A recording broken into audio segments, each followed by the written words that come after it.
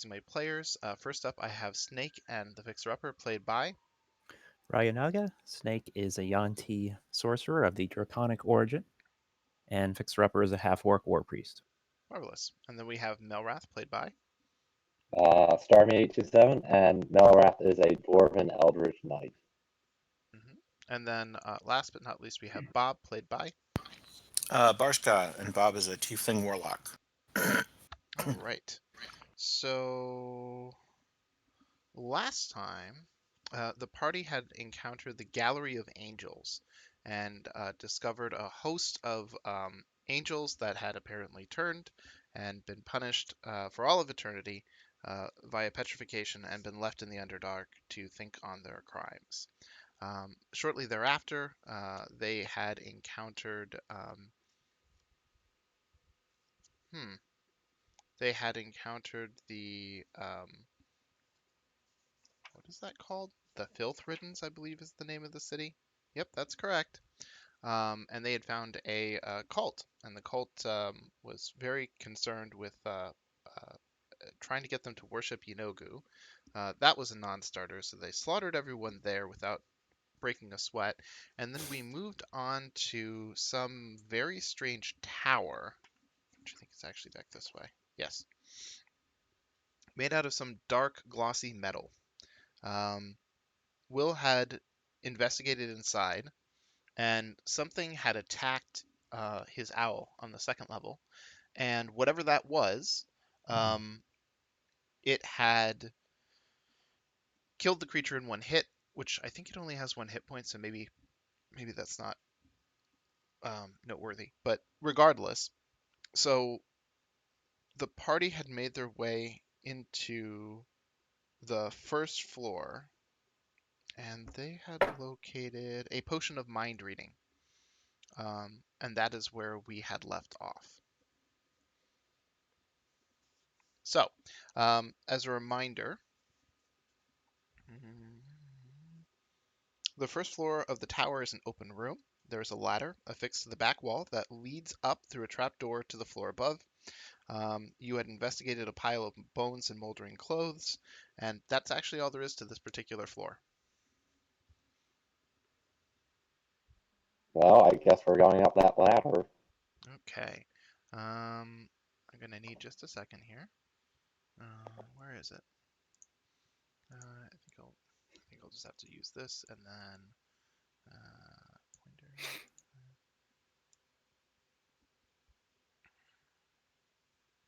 There. Okay. So right there, and then I just got to make sure I got these dimensions right. Sorry, give me a moment longer. Do you have a map up? Or I you just I do, and I'm about to provide it for the party. Just make sure I I, have those open. I didn't know if there was one from last week. I forgot. No, we hadn't actually gotten to any combat. Not that there will be any combat now. Okay, so anyways, you make your way over to the ladder.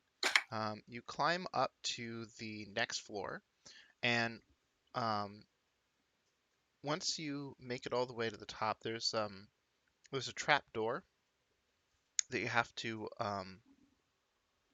flip open, um, and it seems to not really have much resistance to it. So you make it up onto the second floor.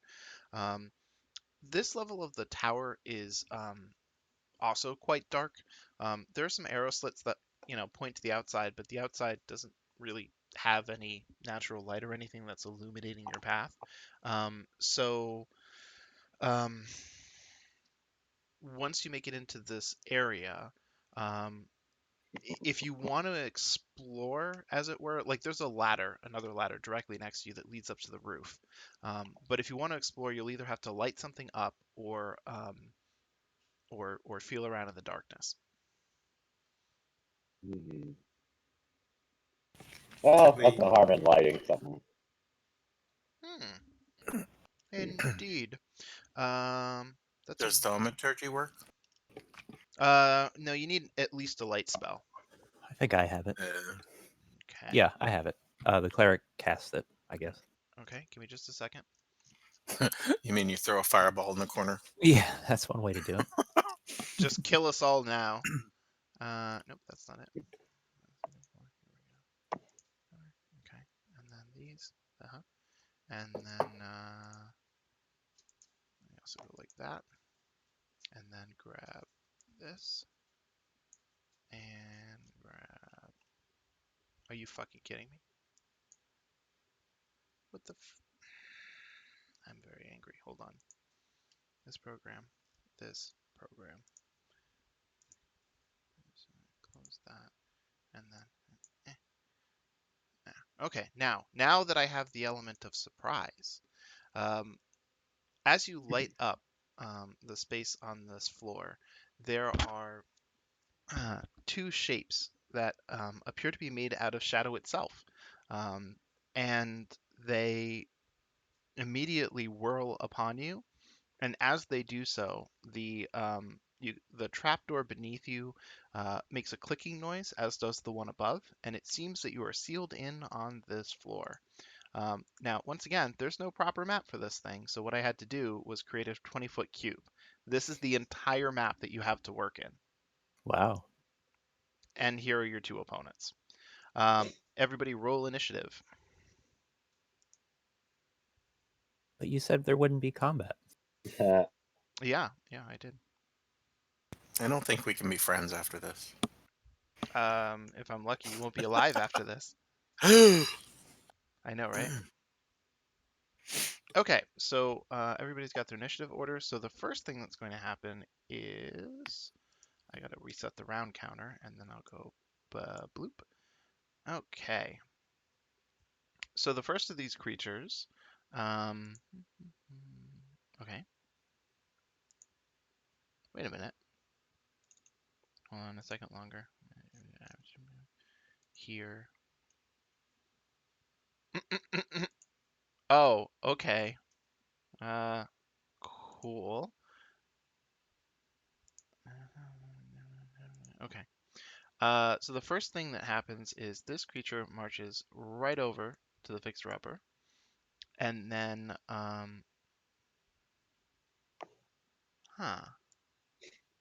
does that and hit? No, that's a miss.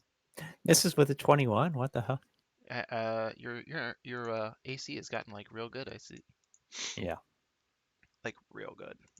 So anyways, he swings, puts out a pretty solid effort, and your shield, I guess, blocks him. Mhm. Your turn. Well, I will double. Well, first I'm going to roll to identify. What do I roll? Religion, I think. Okay.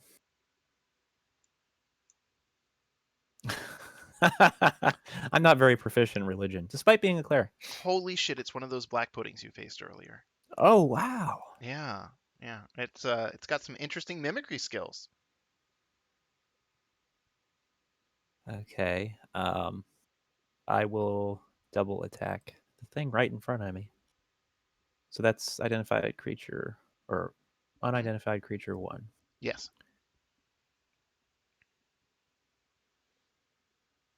Okay, you hit.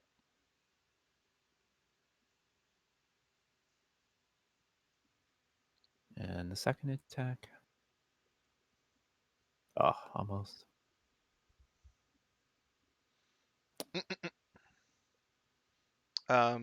Yeah. So you land some pretty solid hits on the creature.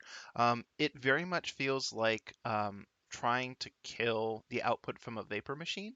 There's really nothing solid to land on. It doesn't seem to have anatomy. Your sword went right through it, um, and you think it took damage? Melrath, what will you do? I'm going to figure out what they are. Is that enough? That's enough for partial information. Click and click and click. Shadow Demon. Yeah, this is what they look like. I really wish I could like show it to you without the title, but whatever. Shadow demons.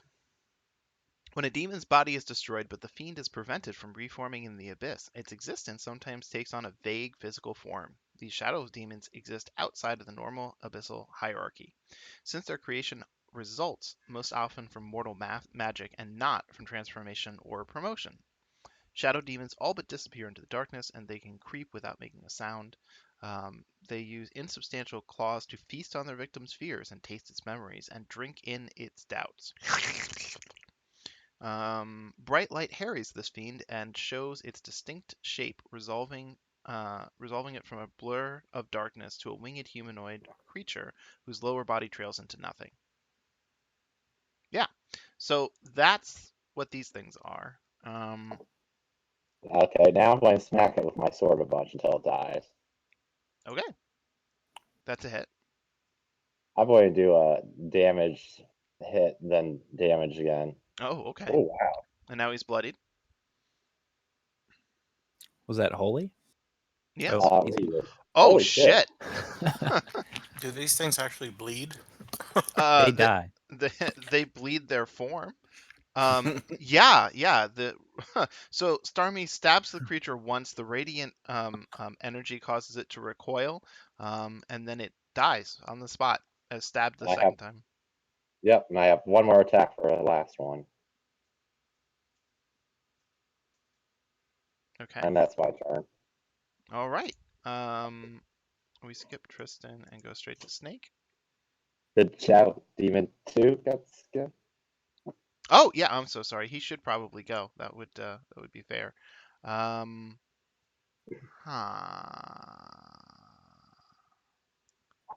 move right there. All right, Starmie, go for it. Yay. Holy shit. Okay, well he's got basically one good attack in him. Dawnbringer's pretty broken. This is the first time it's been that bad. Yeah, well, situationally broken, I should say. Yeah. So yeah, that was also a miss. You might expect that getting jabbed by its weakness probably caused it to falter. Snake, you're up.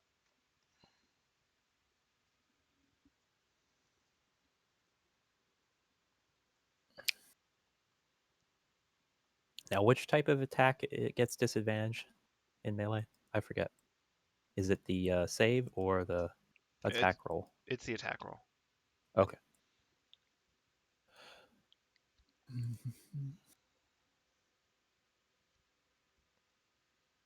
And incidentally, that doesn't apply to things like Vampiric Touch. It's just that, sorcerers are so rarely in melee range that they mostly have ranged attacks.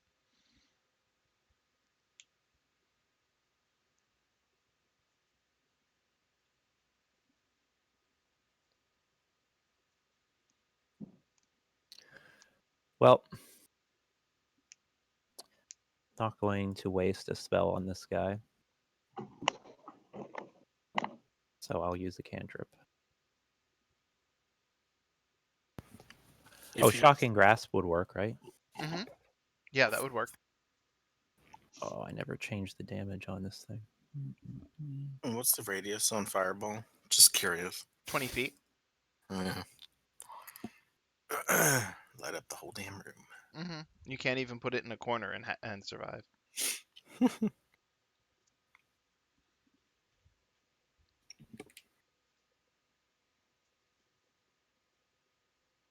Whoops, that's not what I wanted to do. How do I add a die? I forget. Right click. While you have it in your under your you hold with the left mouse button and then right click. Right. I meant, how do you add it to the cast area? So you change the damage on. I have to actually review this. So I go to actions. You do the magnifying glass. Mm-hmm. Oh, okay. And Thanks. then magnifying glass on the damage, and then you got it. All right. Thank you. Okay, so did that actually get added? I don't think it did. No, I didn't target anyone with that. Oh, you were just testing. Okay. Yes. So now I will attack, but it will, when I hit attack, it won't go at a disadvantage because it is a melee. Correct. Yeah, so you don't need to put it on disadvantage. Oh, nice. Okay.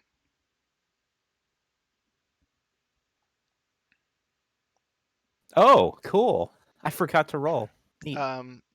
Yeah, so you thrust your hands into it, and the electricity crackles about your hands, and the shadow demon kind of looks down at them, and then looks back at you and smiles wickedly. The He's first not immune. attack that no, he's immune. Oh no, I meant I said he's not amused. Oh no, no. But that's also the first attack that hasn't like brutally murdered him, so it might be a bit premature. Kyle.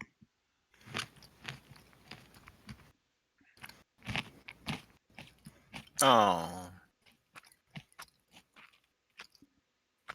All right, I'll just throw something at him.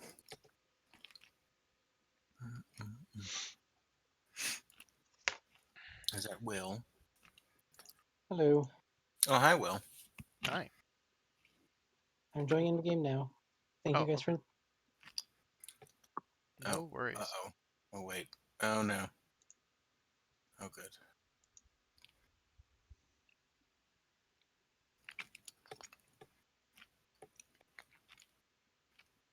Should I just do... You can do Uh, hit and damage if you want, but I think you get 3 of them total at this point. E... Okay. So that's a solid hit. Your Eldritch Blast tears at the demon's form. Now its edges look quite ragged. Yes, 3 to 11, so... Pew, pew. I don't know where that number went in my description. Another blast kind of clips his form this time. Ooh. And you manage to finish him off with another clipped blast. That's all it takes, and the demon's form evaporates. As it does, a piece of paper, rectangular, flutters to the ground. uh... What's on it? Should we pick it up? Starmie, without any sense of caution whatsoever, picks up and reads the demonic summoning ritual. No, I'm just kidding. Ouch. I mean, I'd be down with that. You pick up the piece of paper and open it, curious how it could possibly have been hidden within a shadow. And it's an advertisement. Wait, Greetings, what? lucky adventurer! You will be ultimately satisfied with your purchase of one Dayern's instant magical fortress made of entirely adamantium from top to bottom. You can hide within this while your foes rally outside for days at a time as you slowly snipe them one after another. Fireballs are no issue when you hide within Dayern's instant fortress. Are you fucking kidding me? No, no, of course not. I thought it was going to be for a topless bar. I mean, Dayern's instantaneous fortress can be a topless bar. Oh, good Depends point. on who owns it. So how do we deactivate this thing and bring it with us? Well, it's a magic item. You would identify it. Fine, I cast Identify. As soon as you cast Identify, the magic fortress recognizes you. It indicates the following information. First, it tells you that the command word to enter the building is Mimsy. Then it tells you that the command word to transform the tower into a 1-inch metal cube is Brillig. Then it gives you a readout telling you that there are 5 entities within the tower currently, and it cannot be returned to its cubic form. I was going Damn, to say, I was nobody hoping to shot walk that. outside and just, casually TPK the party. Just jump out a window and yell it. Question, did the fact that we destroyed the door affect anything? That's the other status. The spell that was cast on the door has simply temporarily caused it to stop working. Within about the next 40 minutes, it will magically and automatically reattach itself to the frame. Gotcha. So, who wants the wonderful fortress, and do we have to attune to it? Actually, that's a really good question. Hold on a second. I had a readout for this. Um, If not, I will totally be a little dragon in a tower with my knight. Wait a minute. Wait a minute. Labyrinth. What if we put it in our packs and then somebody accidentally says the the word, and then they get crushed. I mean, how often are you going to say Brillig? Well, a lot now. Okay, so this object requires no attunement whatsoever, and in fact, I'm just going to go ahead and place this in the inventory screen for now. Bloop. You can read along with me. You can use an action to place this 1-inch metal cube on the ground and speak its command word. The cube rapidly grows into a fortress that remains until you use an action to speak the command word that dismisses it, which is the same command word. This only works if the fortress is empty. The fortress is a square tower 20 foot on a side and 30 feet high, with arrow slits on all sides and a battlement atop it. The interior is divided into 2 floors with a ladder running along one wall to connect them. The ladder ends at a trapdoor leading to the roof. When activated, the tower has a small door on the side facing you. The door only opens at your command word, which you can speak as a bonus action. And as long as the tower has an owner, it is immune to the knock spell and similar magic such as that of a chime of opening. Each creature in the area when the fortress appears must make a DC 15 dexterity saving throw, taking 10d10 bludgeoning damage on a failed save, or half as much on a successful one. In either case, the creature is pushed to an unoccupied space outside but next to the fortress. Objects in the area that aren't being worn or carried by this being worn or carried take this damage and are pushed automatically. The tower is made of adamantine, and its magic prevents it from being tipped over. The roof, the door, and the walls each have 100 hit points and immunity to damage from non-magical weapons, excluding siege weapons, and resistant to all other forms of damage. Only a wish spell can repair the fortress, and the use of this counts as replicating a spell of 8th level or lower.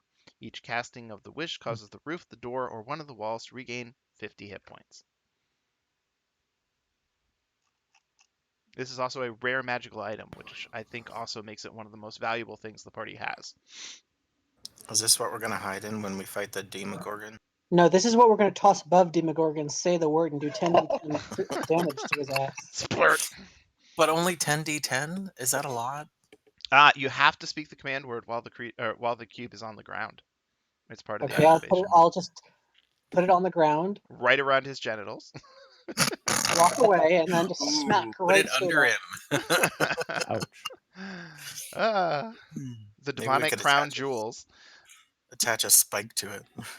There That's you 10 go. to 10, Kyle. Huh? He That's wanted. 10d10 damage. Yeah. So, at this point, nobody has to attune to it. All of you know the command word, but it considers anyone in the party to be its owner, with the exception of the shield guardian. Fun. Yeah. So, Does that also include Bat? it excludes Bat. Oh. Shield guardian and Bat both have no soul. Did you resummon Bat? Yeah, I thought Bat was dead. Yeah, Bat. Yeah, I do need to resummon Bat, yes. Yeah. Let's see here. I covered that part. Oh, okay. So at this point, I'm just gonna carry out the rest of it. Now that you guys have the magical fortress, who wants it in their inventory? Bat.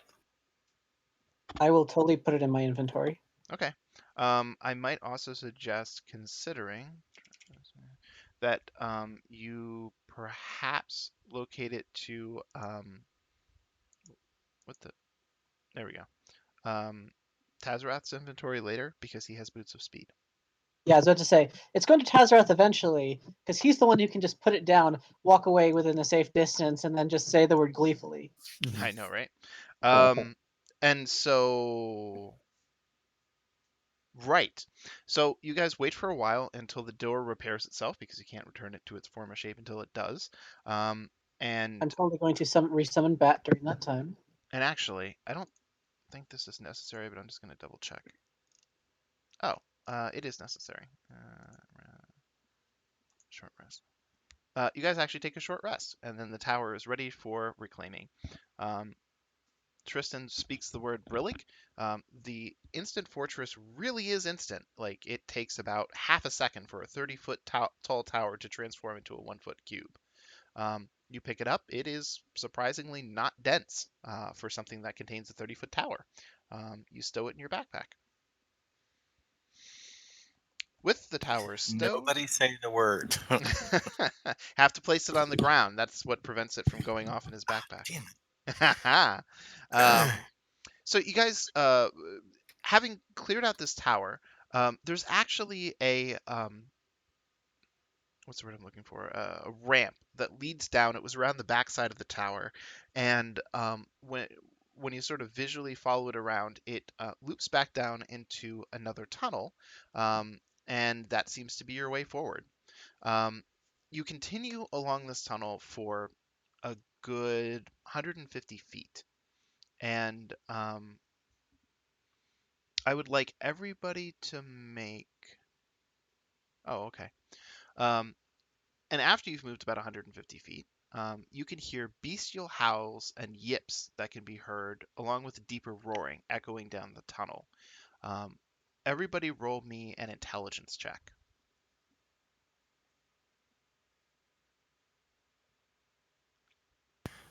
Is that ability or save? It's ability. I always forget. Fixer upper is Wow. dumb. Wow. Bob's like, wow, that guy's dumb. Yep. So I'm the one pointing and laughing. so Melrath and Tristan hear those noises, and it sounded mostly like animals that are being struck, but you hear enough of it as you're advancing forward that you recognize it as the battle cries of gnolls. Now, at this point, if you decide you want to retreat away from the sounds of combat, the last place that you didn't take a divergent path was about 6 miles back. So, Yeah, I don't see us avoiding combat being a thing ever. oh, okay. Then in that case, you You advance all for. agree? I agree. 6 miles is ways, so Yeah, seems worthwhile. Also, You. because I took a short rest, I'm going to use Arcane Recovery to get my 6th level spell slot back. Oh, okay. Short rest. There you go. Now, as you move forward, the sounds of furious battle grow louder. The tunnel ends at a ledge 20 feet above the floor of a large cavern, giving you a perfect view of the conflict below. On the shores of an underground lake, a pack of frenzied gnolls and hyenas surrounds a demon standing nearly 20 feet tall, with massive arms, clawed hands, cloven hooves, and the head of a bull. This is a Goristro, whose heart Vazarian Devere has instructed you to claim. Leading the gnolls is a figure of frightful countenance. 12 feet tall, with the head of a snarling, amber-eyed hyena, he wields a massive triple flail whose whirling heads smash into the larger Goristro. The gnolls howl as their master's name as he strikes swiftly again and again. Yeenoghu! Yeenoghu!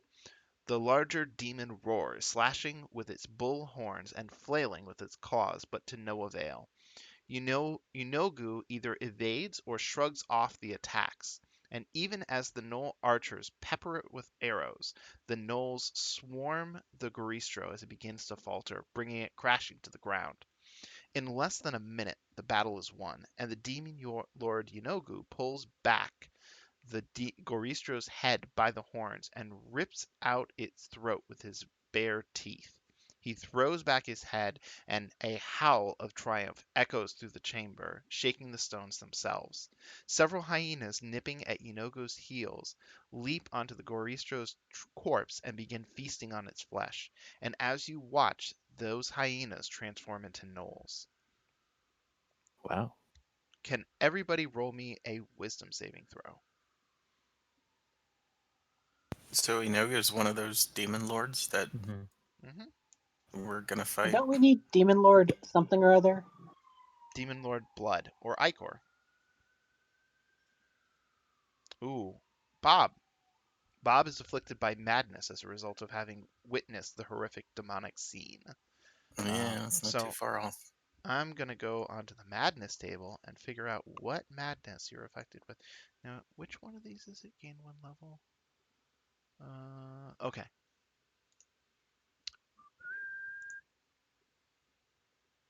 Ah, okay. How do I whisper this to Bob? Actually, just in case, I'll use capitalization because that might make a difference.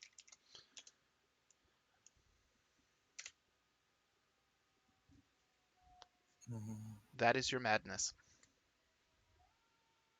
Okay. So I'm supposed to Play behave that out. like that? Hmm. Okay. Yeah. Gotcha. Kyle seems to shake off the effects of having witnessed the scene before you. Now, as far as Yeenoghu goes, demon lords are notoriously difficult to damage. So while the Goristro put up a pretty nasty fight, and actually, just because I can, give me just a moment. I'm gonna pull up a picture of the Goristro. And I want NPCs. Yes, alphabetical. GOR. Could we Goristro. just ask him if we could borrow some of that demon? Found it. Ugh. Yeah, looks like a demonic minotaur. Um, you could ask him. I don't expect that a demon lord would likely share. I can also tell you that when it comes to Yeenoghu, he didn't take an awful lot of damage in this fight. He did sustain a cut to one of his forearms, and some blood has fallen onto the ground. But at the moment, not only is Yeenoghu largely undamaged by all of this, but he's also surrounded. Oh, wait, there's a portrait. This is what he looks like. Oh. Only 12 feet tall. Um, he's also surrounded by his entire Knoll pack, and they are empowered by his presence. So the hyenas are feasting on this corpse. They're transforming into gnolls. Yeenoghu is kind of looking around for other prey, and they're all kind of gibbering to each other in the language of gnolls, which I don't believe anybody here speaks. Just in case, I'll type a quick thing to see. Goblin. Oh wow, it's not even an option. Cool. Yeah, then I'll just skip it. Um, so yeah, what are you gonna do in the immediate moment?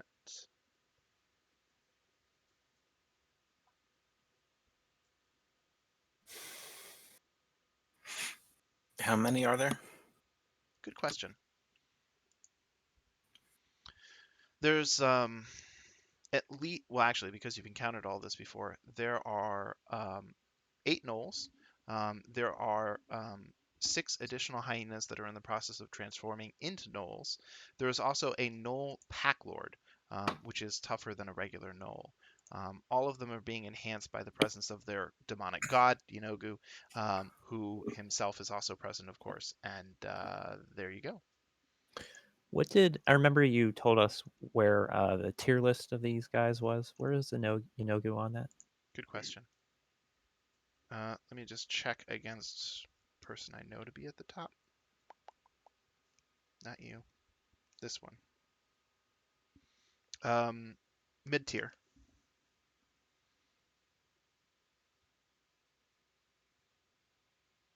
Hmm. And he, as I said, he seems to have lost scant few hit points, if any. I mean, he is Well, bleeding. you guys know that I really prefer to fight than do anything else, but I'm a little concerned about this fight without one of our members. So, Yeah, I was kind of surprised we already encountered one, but I think we can take him.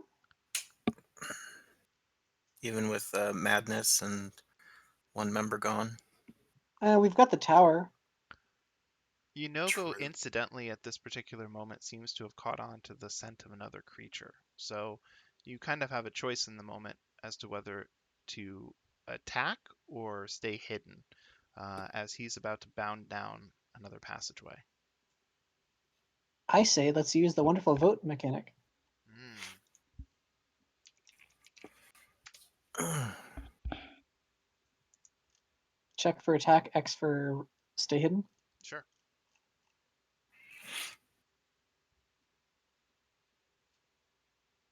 Now, if He's a giant 12-foot gnoll. You'll be able to follow his footprints if you want to try to pursue him later. but you said we were tasked to get something from the Garistro, right? It's heart. Is it still there, or have they eaten it?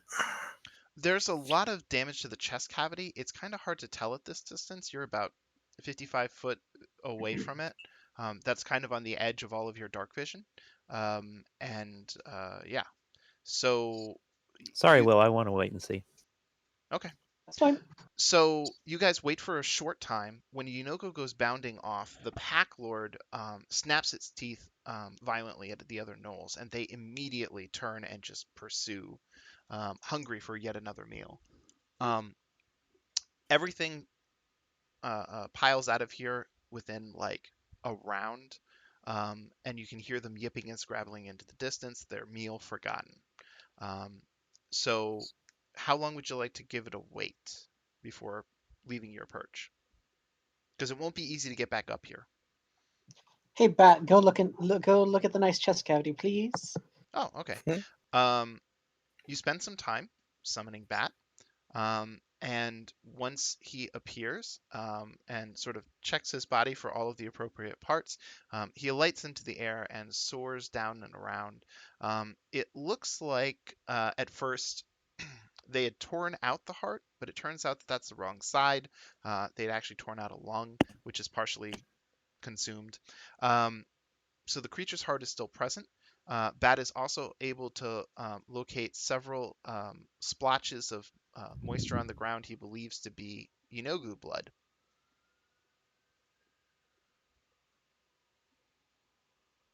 Well, Oh. that's useful.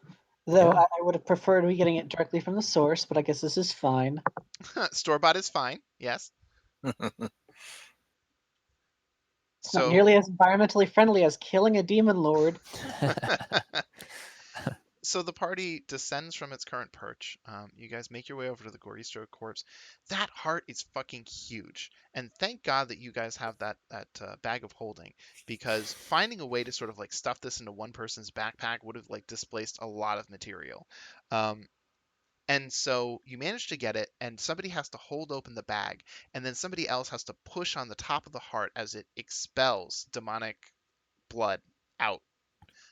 And you sort of squeeze, and then there's a sudden violent, and it goes right into the bag of holding. Um, so now there's a heart floating around in there, Here's and an unrelated question: if we put things in the tower while it's big and then shrink it, will they stay? Will they like shrink with it? no, they'll be destroyed. But it Oh, will not shrink if there is a living creature inside the tower. gotcha. But not a or heart. or a construct. No, no, Okay. no. No, that would cause all of the blood to squirt out through the yeah. Also, I'm kind of curious if we can do even more damage by shunting someone to the astral realm by sticking our bag of holding in there. I'm not going to try it, but that'd be an awful combination. um, Once you've extracted the heart and put it away and kind of wiped the mess off on the Goristro, you look around and Yeenoghu's blood is dark and black like the rest of him. So you're able to locate which particular patches belong to him and which belong to the Goristro. There's a large enough piece that you can sort of, I guess you have to use your hands, scoop it up into.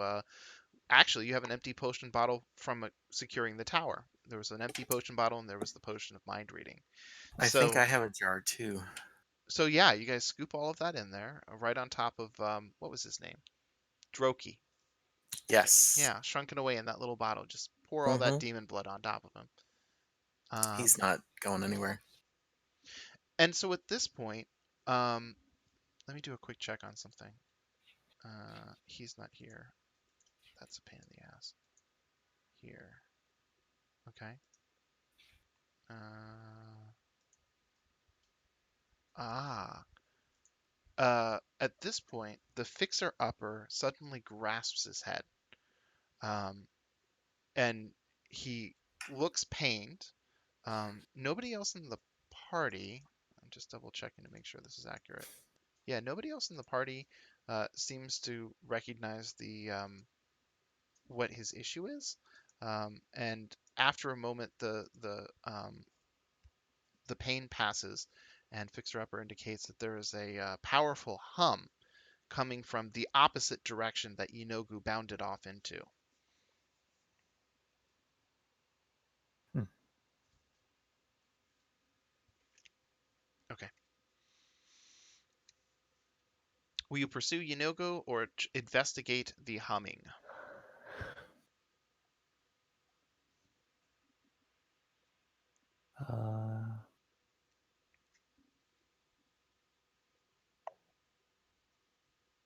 I think the humming we can look at because we can always find the demon lord later.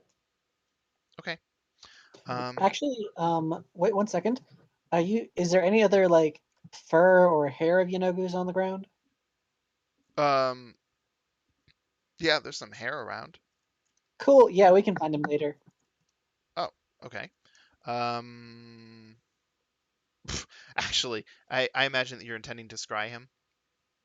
Yes, Yeah, you probably won't have to find him if you do that. that's fine. Okay. So once you guys begin going down that other passageway that the fixer-upper indicated that the humming came from, um, and the humming is like that of an electric generator. It's very intense. Um, you go down that passageway just 12 feet, and then the passageway takes that shifted form that so many of the others have taken, where it becomes a perfect square. All of the surface becomes, a perfect grid, so on and so forth. And as you um, proceed forward, you reach a hmm. Oh, okay. I see how that works. You reach an incredibly large cavern. In front of you, there is a 20-foot wide and probably about 100-foot deep crevasse located in the middle of this cavern. You can see that there is a lot of shimmering heat coming up from the floor of the cavern, or sorry, from the floor of the crevasse.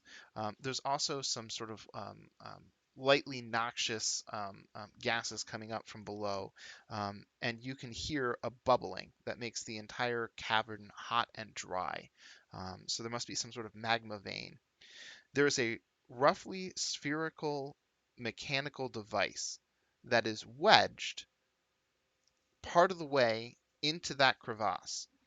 Um, and it looks for all the world like some sort of incredibly complex astrolabe. Um, the top of it seems to be bulging out over the top of the crevasse, such that you might be able to just walk directly out on top of it. Um, and skipping that. There is a particularly large figure here and here. Yes, there's a particularly large figure.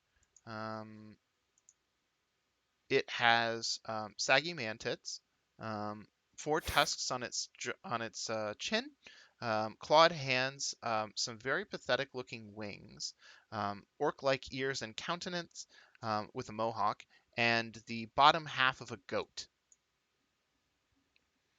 The creature is sort of scratching its belly, and it seems to be in the middle of a conversation with some sort of demonic vulture. Can I roll Arcana or Religion to identify it?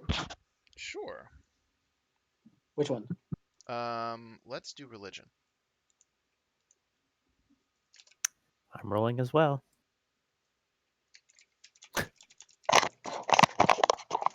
Snake is also rolling. There we go.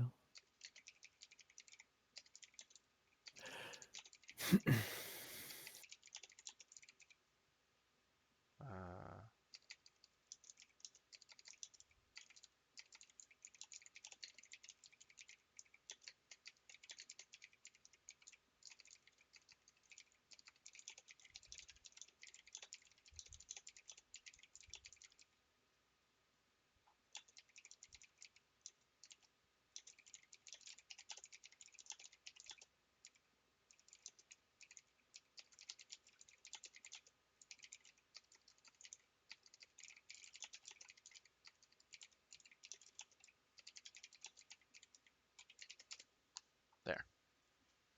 Okay, so based on these rolls, Snake is able to identify the creature.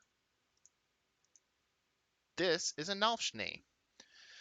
The Nalfshnee is one of the most grotesque demons, a corpulent mockery of an ape and a boar standing twice the height of a human with feathered wings that seem too small for its bloated body. These brutish figures conceal a remarkable intelligence and cunning. Nalfshnees are devastating in combat, using their wings to soar above the front ranks and reach vulnerable adversaries that can be dispatched with little effort. From the thick of battle, they telepathically bellow commands to lesser demons, even as they inspire a sense of dread that forces their foes to scatter and run. Nalshnees feed on hatred and despair, but they crave humanoid flesh above all else. They keep their larders filled with humanoids abducted from the material plane, then eat those creatures alive during elaborate feasts. Thinking of them as themselves as refined and cultured, Nalshnees employ stained and rusted cutlery when they dine. Nalshnees are very physically armored. They are resistant to cold, fire, lightning, and bludgeoning, piercing, and slashing from non magical weapons. They cannot be poisoned or affected by poison damage. Um, they are known to have true sight in a large radius. Um, and as I already mentioned, they're telepathic. They have magic resistance, and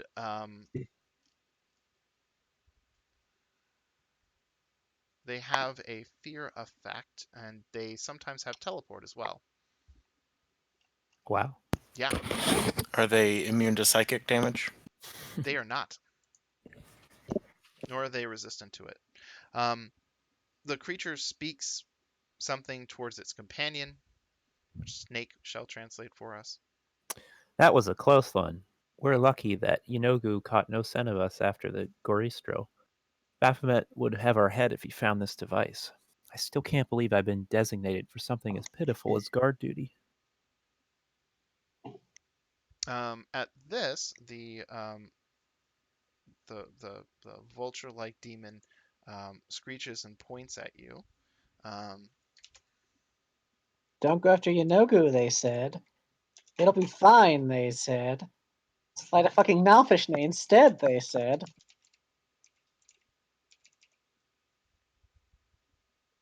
I'm sensing a lot of anger I from know, that right? corner. Maybe you should have taken the day off. I'm a 3-foot tall bundle of anger. I'm an angry elf.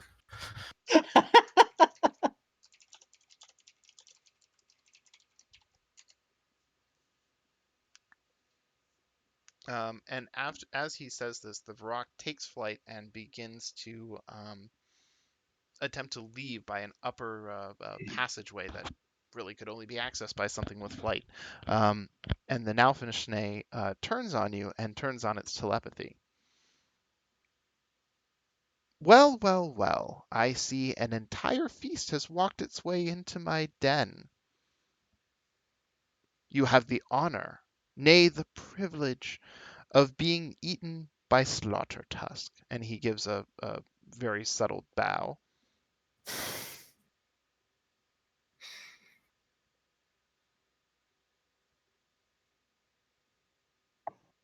You don't seem terrified.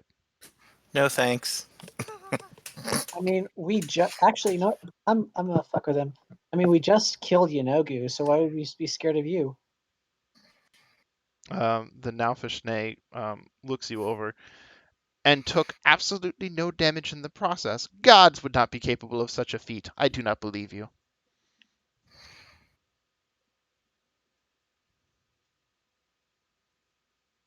Okay. So If only we had his blood. I'm indeed. just gonna have Tristan immediately cast Fly on himself. Okay. Check. Okay, so I'm going to put this at the top. Everybody roll initiative. Oh shit. Yeah, and by the way, I'm just translating for that last bit was Oh, that's the wrong one. Oh. the vulture guy was told by the demon, fly, alert Baphomet, we've been discovered. So there you go. Okay. I'm going to put that there. And then I'm going to put that there, and then relocate That's a some great of these roll. bad guys. That to there, Okay. that to there, and that to, say, there. Okay, so this is about 20 feet across. I need a rectangle. Oh, it only draws squares. Well, shit. Okay, and then grab this and put this here. And actually, let me double check and make sure that I got the right dimensions on this thing. So, wait, what are the actual dimensions?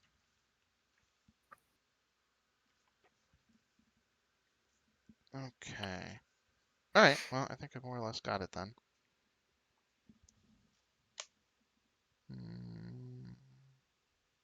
Okay, so let me just click that. Everybody's rolled initiative. Fixer Upper, you are first to go.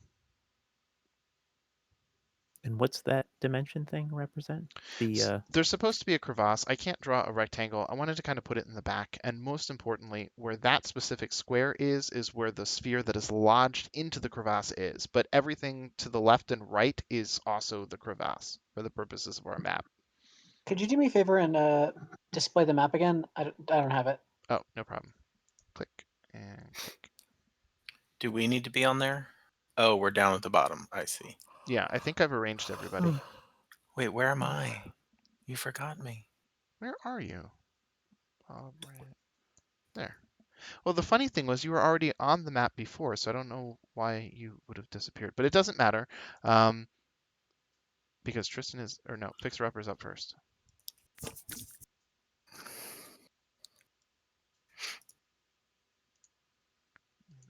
need that. Don't need 5, 10, 15.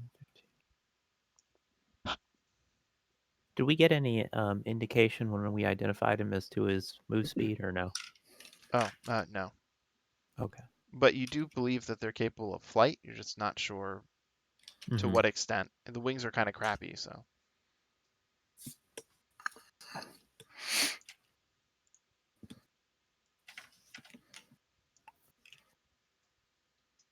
By the way, for anybody that cares to communicate secretly, you can type /whisper and then the character name, and you can send messages to each other. But you have to spell it, I think, precisely correctly.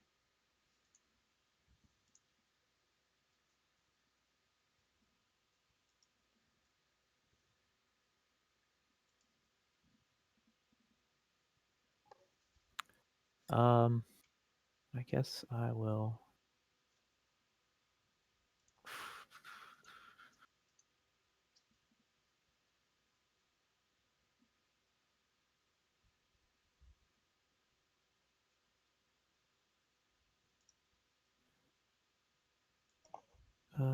Well, radiant damage is pretty good against him, so I will summon Guardian of Fate.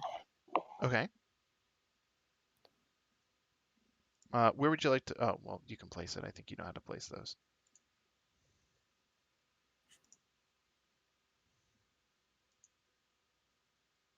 And we have a kind of a bottleneck here too for our side, correct? Um, That's as is or no? yeah, I think it's fine as is. Okay. What the shit?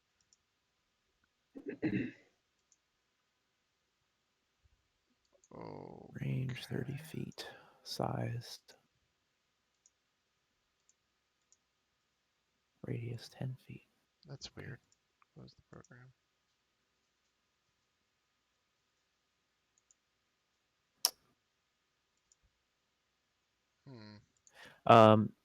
Starmy, were you planning on rushing towards him? Yep. Okay, I should have figured.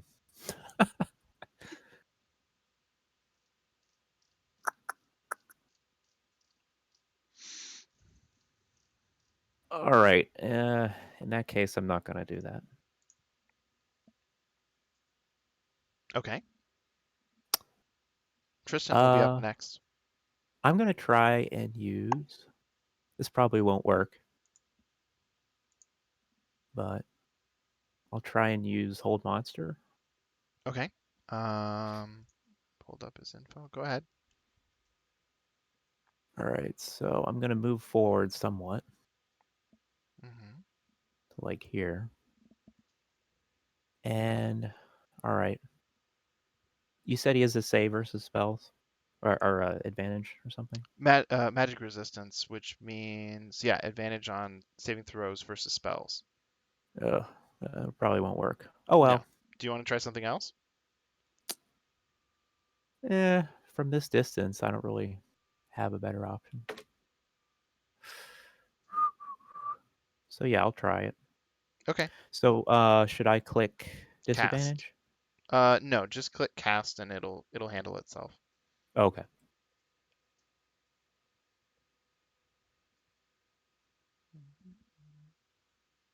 Wow, 24.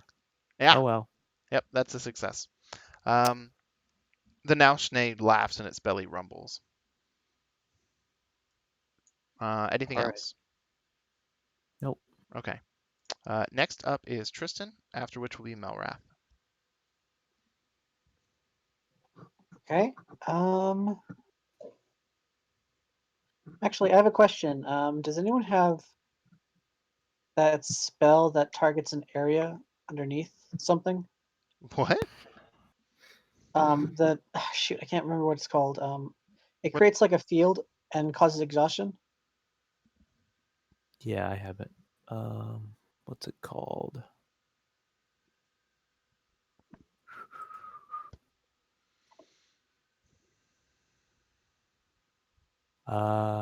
Sickening Radiance, I think. I don't think you guys have ever even cast that yet. No, we had planned to use a combination.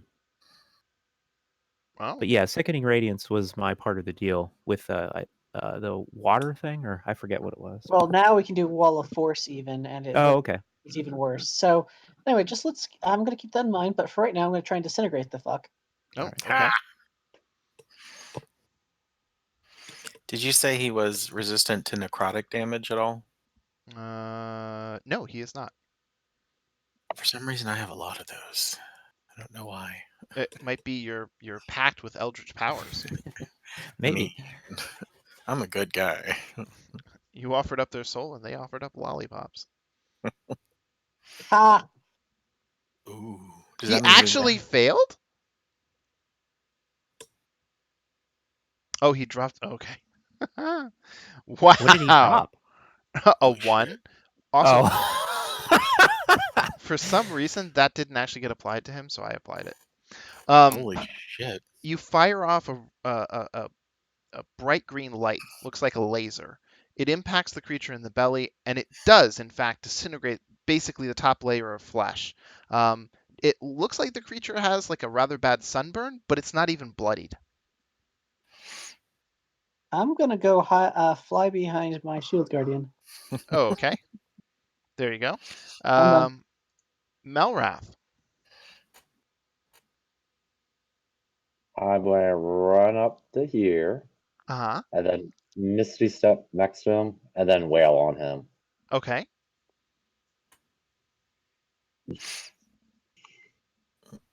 And this is where Eric single-handedly murders the Naushne. Radiant damage is pretty nice. Of Ooh. course he crits. Yeah, there it That's goes. the second 31 that he's already rolled tonight. Oh, and he gets the worst possible crit Oh. imaginable. Snake eyes. I don't even know how to explain that. You crit, but then you don't? And What? then he misses. Yeah, Started great. And there's that last damage. Oh, Oh. okay. So that was finally enough to push the creature into bloodied status. So you rush up, you swing and connect with your first blow. It does a pretty significant amount of damage. Then you swing with your second blow. It does a fraction of that damage, and then you miss on the final swing. The Naushne grunts and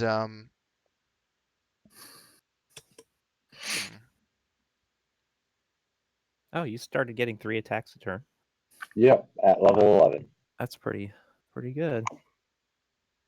now that it's the Naushne's turn, he turns to Melrath, and clasps his big claws together and looks at you pleadingly.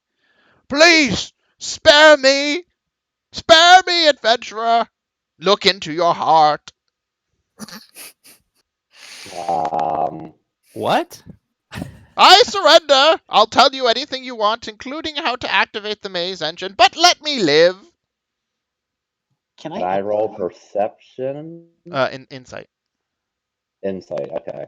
Can we all roll that? Can we all hear this? Oh yeah, he's broadcasting. He is talking to Melrath, but he's broadcasting. Uh-huh. Oh, I should probably roll. Okay. Okay. To everyone's great surprise, you can see no sign of treachery. You did do like a significant amount of damage. You That's reduced him true. to bloodied in like 3 turns. So the very rapid output of damage seems to have Mhm. made him reconsider his position in the universe. He's not stupid. And he was Apparently already mad. not. He was already mad about guard duty, so. Yeah. Yeah. Yeah. Will you spare me? Sure, I don't see why not. Oh, you know He what? was calling what's his face over here. Oh, hold on a second. This is perfect. There you go. Check to Let's spare find out. X to X. Can we do a combination? Like Uh, find out some info and then kill him? yeah, that's I'm always an not giving option. a demon time to set up. Well, it'd be nice if he could call Vulture Boy back, but I guess he won't do that. At this particular moment, he is taking his turn to do this. Now, talking is a free action, so, you know. Yeah, you guys are harsh. I don't like. He's just a cog in the greater machine. I don't. Yeah, this is just middle management in demon world. It isn't easy being a middle manager. We all know that. This is actually getting close to upper middle management in terms of Also, power level. may I remind you, demon. Yeah, he's a demon lord. Yeah, it's a demon. Well, demon middle management, I should say. Well, can we just find stuff out about him, or Yeah, you can I guess? you can talk to him right now. Most of Oh, this okay. talking will probably just take place on his turn, so you know, talking is free. Do we need to find out how to start the maze engine, or do we think I he's doubt lying? he knows because if he knew how to activate the maze engine, he would do it himself. Yeah. Probably, greedy, selfish pig. Okay. Why do Okay. you hate demons? You're asking the Naushni? No, I was asking Will. Oh, okay. That's what I was thinking. Why do you hate demons? Oh, I don't know. They're just evil incarnate. I mean, half of our party's evil. No, Incarnate. legitimately evil, like non-redeemable. Nothing good about. There's no such thing as a good demon. Just because we look like demons doesn't mean we're actually. That's racist. Demonist. Yeah. So. Feel free to ask him questions. Just know that I'm going to have lots and lots of firepower on the ready. Baphomet would have our head if he found this device. Oh, and when I was trying to write quickly because I was holding everyone up by typing, so he actually refers to Yeenoghu, just in case that was unclear. And not Baphomet. Correct. Baphomet was the person Yeah. who set this person on guard. Okay. Oh, okay. Yeah, I was a little confused by that. Yeah, I thought you might be. And for the record, Baphomet is the demon lord of Minotaurs.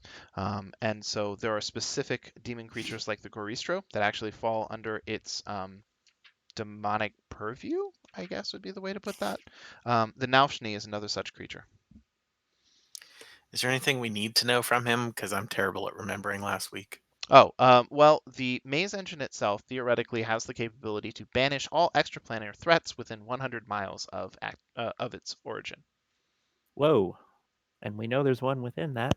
There's actually probably 2 because Baphomet and Well, that's true. Right. Yeenoghu are charging around down here.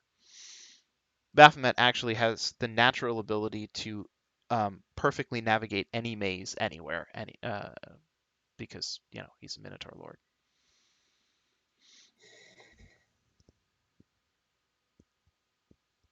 Well, I agree with Will that if he knew how to start it, he would probably be starting it or something. But Everybody roll a wisdom check. okay. Okay. Mm-hmm. Man, I'm dumb today. Mm. Yeah. Snake suddenly hears a vibrating hum that causes his teeth to rattle in his skull. And when it passes, there is a booming mechanical voice.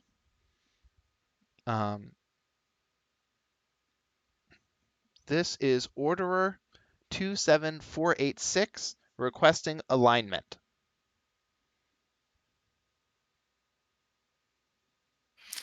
Can we ask him what the fuck that is? Snake is the only person that can hear this particular booming voice. Requesting alignment. Can you explain what that means? There is a control panel on the top quadrant 44 of the Orderer. By pressing the following colored buttons in this sequence, and then the picture of the control panel is activated, or transmitted to your head, and you now know the sequence.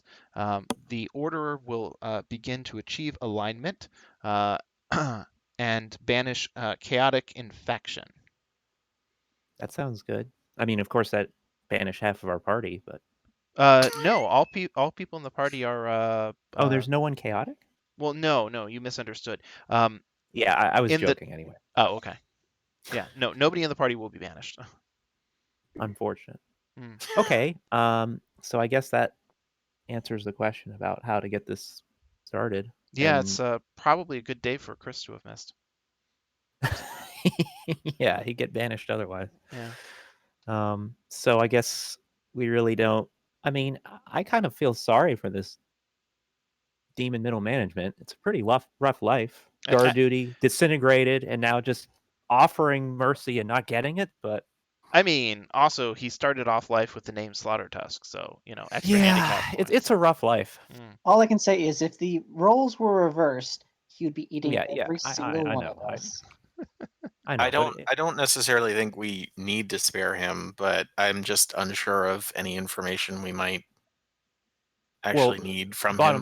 Bottom line is Snake can start the sequence now. So I don't think we really. Okay. Right. Now here's the thing. Yes, Snake can absolutely start the sequence now.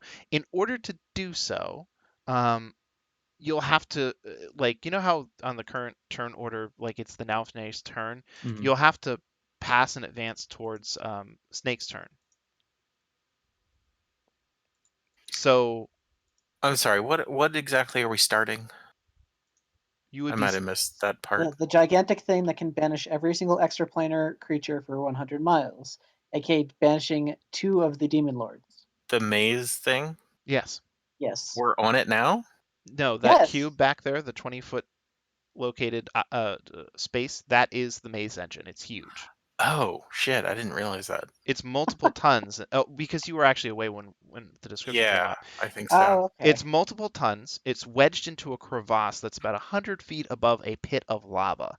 And so it actually, now that you guys have had a moment to sort of stop and look, you can see some large hoof prints on the ground, and it looks like Baphomet may have just tried to push it into the lava crevasse below, and it kind of got wedged.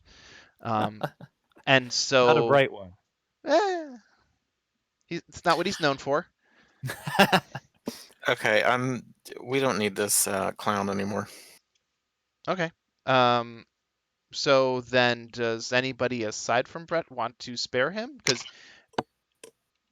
if so, I need to know how to proceed with the rest of potentially combat. Yeah, because he asked us on his turn to spare him, and it sounds like we're saying no. So okay. The Naufne which I still feel sorry for him, but okay. The Naufne sets his jaw, and does he still get a turn? Yeah, it was on his turn. He's actually telepathic. Oh, yeah. Boy. Okay. I think what I want to do, and this is okay. Okay. The Naufne turns to Starmie. Wait, let me make sure I get this right. It's okay.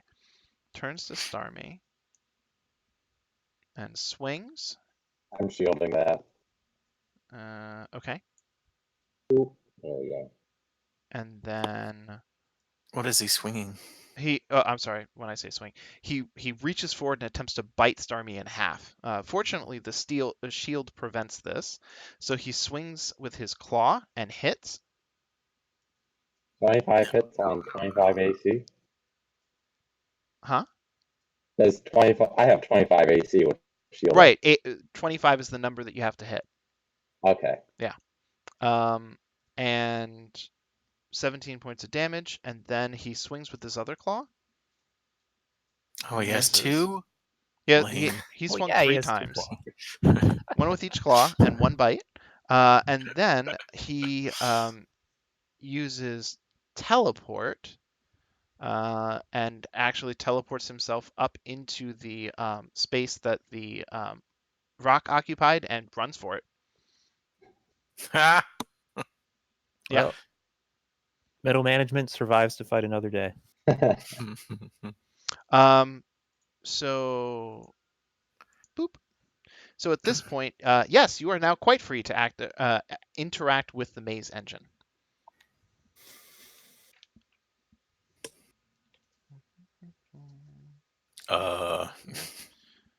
Mad Bob, what you doing? Wait, why Bob? Well, you. It says turn. Oh, Yeah. okay, yeah, no.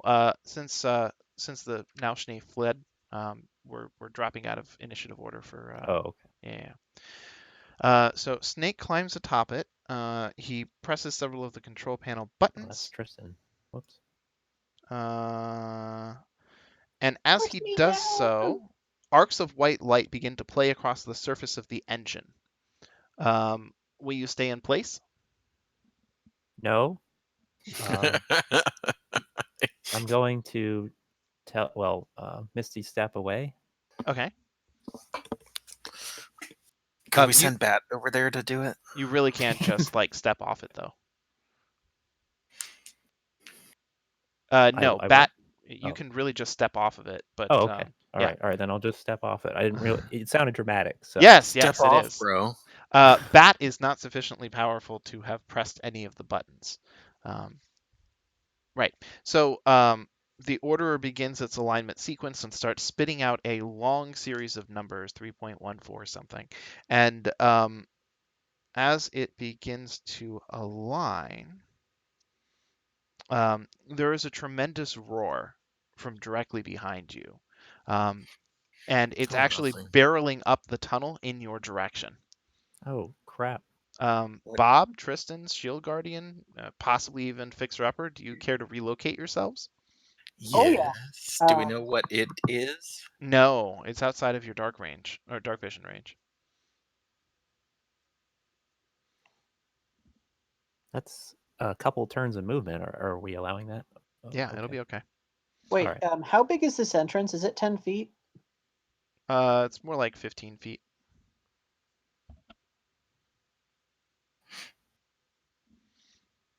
Is there a follow-up question, or shall I continue?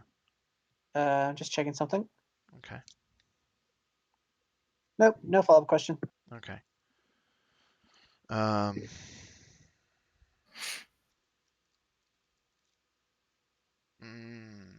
Okay.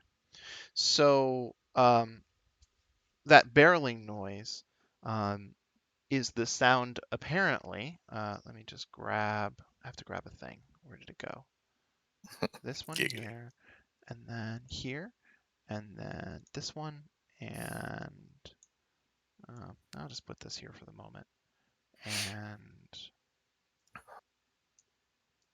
right here, and then this one goes here, and I'm scared. Well, you should be. Why do you say But you're, that? well, I mean, for one thing, you're still mad. So. I'm very angry. And then I put this. Is one. somebody gonna cure me? Oh wait. We don't Well, know. I think I'd have to figure out that you are mad in character, right? Mhm. 'Cause Well, otherwise, I would have spent 6 spells that I don't have to try and cure everyone. So you haven't Sure. really done anything Good that point. mad yet. so for the purposes of what's happening, this is going to be Oh, largely narrative. So Baphomet flies out of the tunnel. He actually breaks apart some of the stone wall and slides to a halt about here. Yeenoghu barrels Oh after shit. him into the passageway, and they've apparently been fighting quite a bit because they're both fairly bloodied. Yeenoghu snaps Red hot. his jaws, and the lower half of the vulture creature flops onto the ground and kind of twitches a bit, and then he spits out the upper half into the corner off to the right, and with that he charges, impacting Baphomet, causing him to fly up and over and impact the edge of the crevasse, and he sort of falls a bit onto the maze engine itself. As he does so,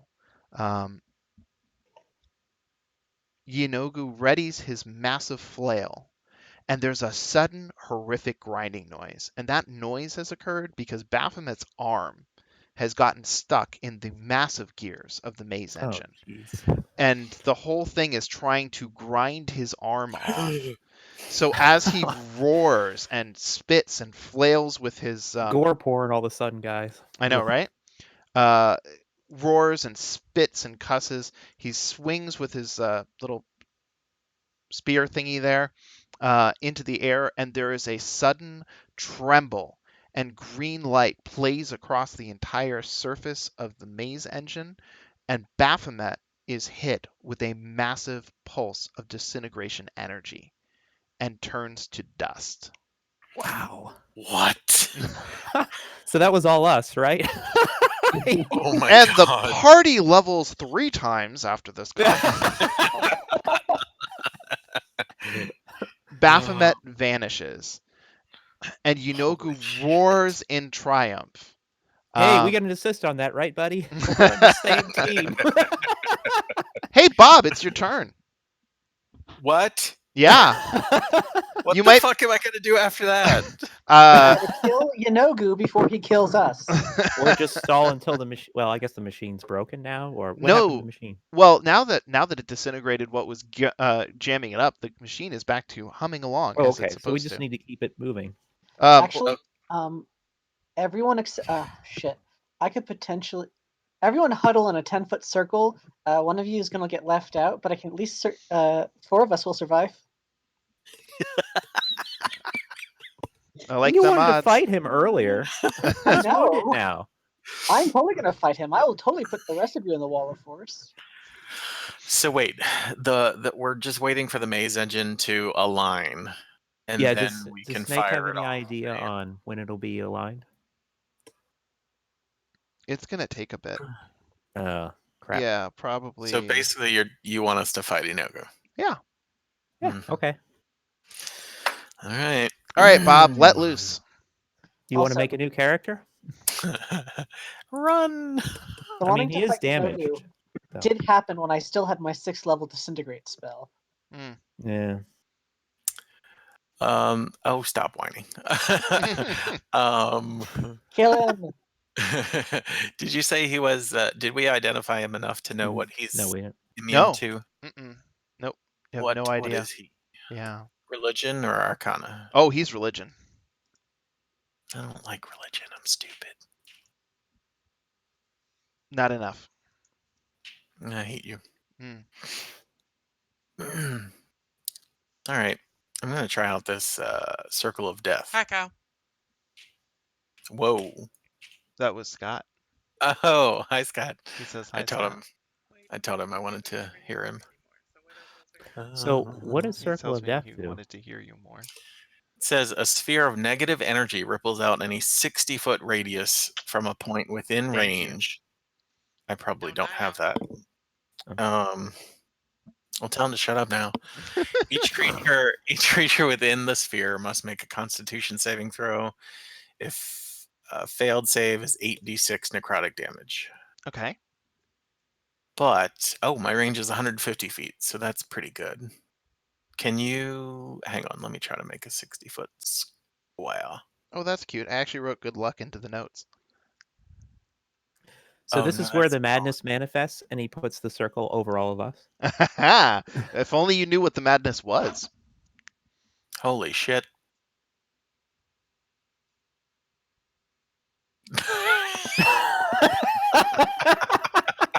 That's a 60-foot circle. Jesus. You could just you can change like where the center point is located to try to make that work for you a little better. If you're really not that mad.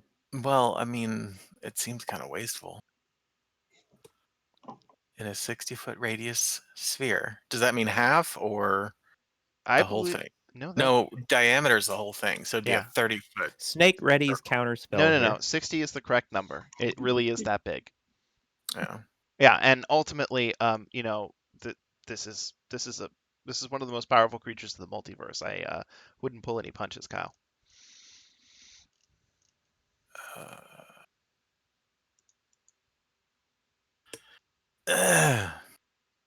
Well, still 8d6 necrotic is not all that much. But I will Well, this also doesn't take a spell slot, Oh yeah. so there's really no harm in doing it. All right, maybe next time. I'm gonna try this Enervation. It's another draining life. It says it must make a dexterity saving throw, 2d8, and the spell ends if successful. And failed save, the target takes 48 until the spell ends. And until the spell ends, it can use your action each turn to deal 48 more. Oh, so it's kind of like Witch Bolt. The spell ends if you use your action to do anything else. Oh, I gotcha. And the range is 60 feet, so if he's ever outside of 60 feet from you, that's a bad thing. Whenever the spell deals damage to the target, you regain hit points equal to half the amount of damage. Yeah, that's kind of cool. Yeah. Do you have don't you have that spell? That's Blight. That is 98. That's not bad either. Wait, is it actually 98? Yes, because Yes, it went up a level. yes. I just wanted to make sure that like 98 All right. wasn't the base damage. Oh, wait. Can I? Oh, Yeah, you cast it. 8. So he Oh, succeeds. hang on. The range is 30 feet. So. Enervation? Blight. Oh, you cast Blight instead? Yes. Okay. 30 feet. Is that Okay. about 30? Hold on a second. I'll just over here. Bob, target 25, here. 30. Here you go. Now mouse over your character. You're 25 feet. 25. Meow. 30. There you go. Okay, so I cast it. He saved, and then I do damage. Sounded like it was being flushed down the toilet, so that's why it failed. Yes. Okay. You Oh. reach out to attempt to draw the vital essence out of Yeenoghu. It's really foul. Fortunately, you don't get too terribly much of it. And Yeenoghu sort of has a guttural laugh and says something in Knoll language. I think a little bit went down my windpipe. Excuse me.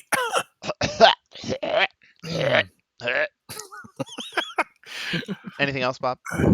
Nope. Shield Guardian, what will you do? What Shield Guardian does best. Shield Guard. Also smack things. Okay. That was actually perfect. We have almost everyone going before him.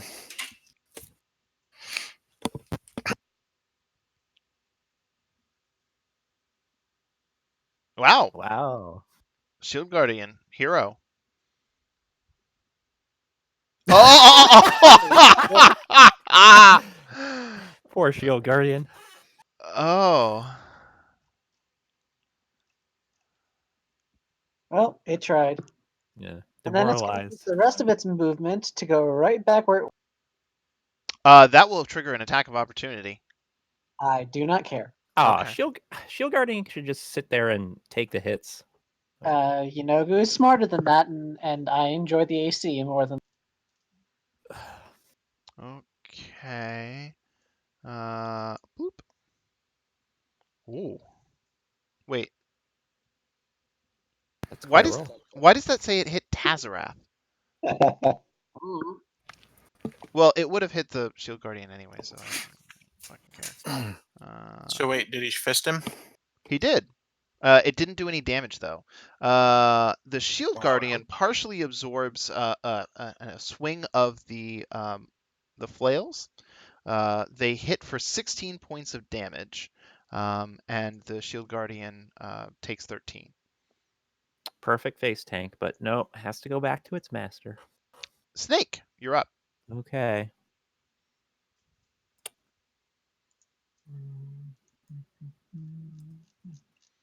Fireball. First, I'll try to learn more about our friendly demon lord, so I will roll religion. Okay.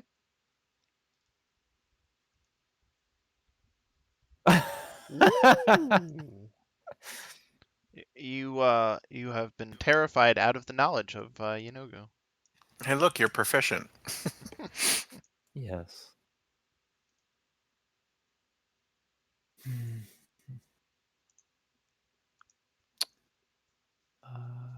Oh yeah, I need to use some sorcerer points, I think, on this. To do what? To try to give it disadvantage on save. So Well, actually, what kind of save in it? What is it, and what's the DC? first I have to figure out which spell it is going to be. I think. Oh, I'll try to hit it with the one that has the persistent damage. So that would be Immolation. Okay. So that's a Dex 17. I can give him a 6. Oh, okay. Okay. So, all right. I guess I won't be using that. Don't even cast it. Just apply the damage, and then I'm gonna apply this effect to Yeenoghu so I don't forget. Okay. This one here. Please all help remind me that he needs to take damage. I think it's at the end of his turn. Oops, that's not it. 86 damage, failed save, burns for the spell's duration, burning, blah, blah, blah. At the end of each of its turns, okay. Repeats the saving throw. But it takes the damage no, when it fails the save. Okay, cool. I'm all set. So it takes the damage. Okay. Okay, so first, the Yeenoghu is ignited by the immolation. He seems to be partially resistant to flames. Oh, but that's. However, However, he goes into bloodied mode. well, hold on.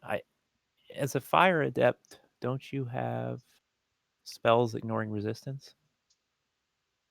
You Yeah. do. So then, he took 13, so I need to apply the remainder. Give me a And moment. then an extra, well, +1, so it's a 2. Not I can't It's roll 28, right? Yeah. Yeah. Okay. So, okay. I have applied the calculation. So he's taken full damage from you and you alone.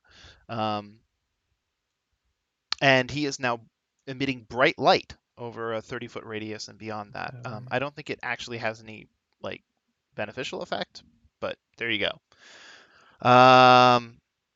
Anything else?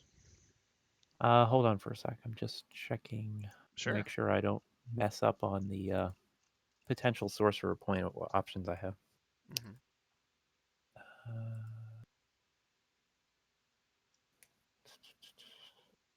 I have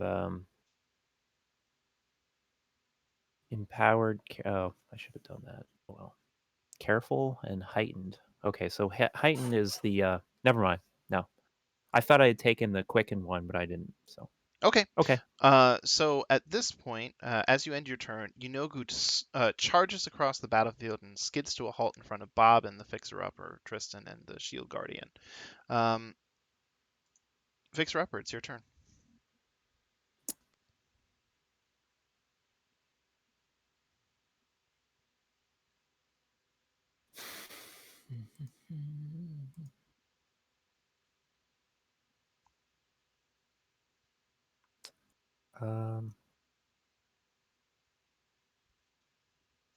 I guess I'll just try and hit him. Good luck. Yeah.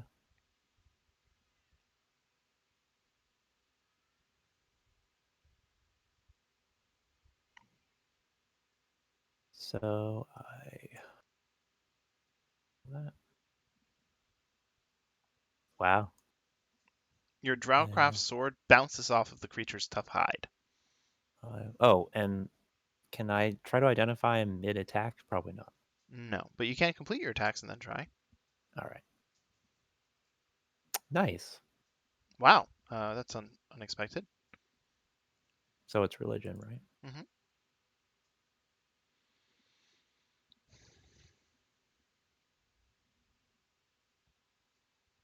You'll be up next, Tristan. That's actually not good enough. Great turn. Tristan.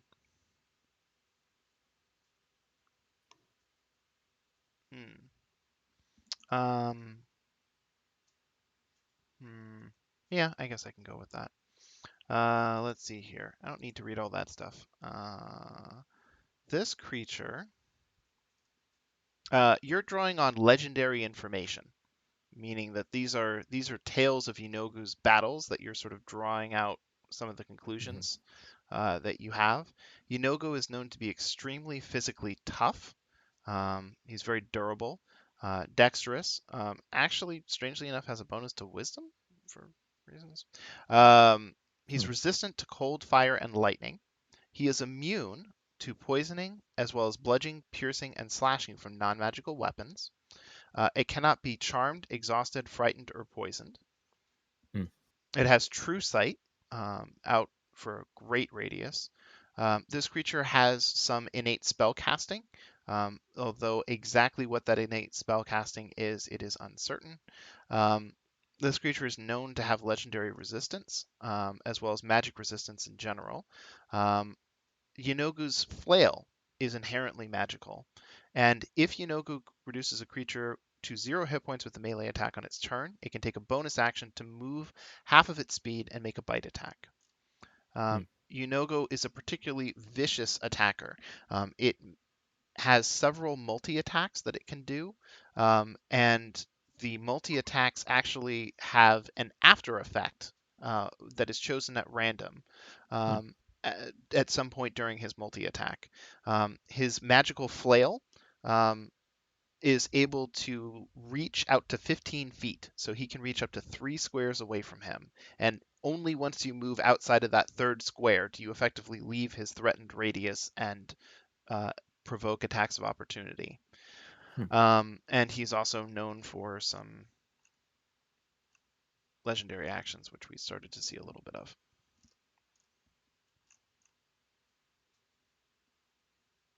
And I think that's pretty much all the info I have. Okay. 1 second. I need to look at something. Mm-hmm.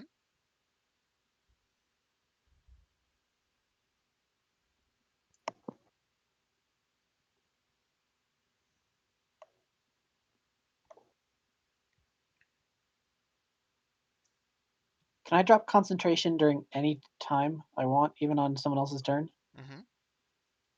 Okay.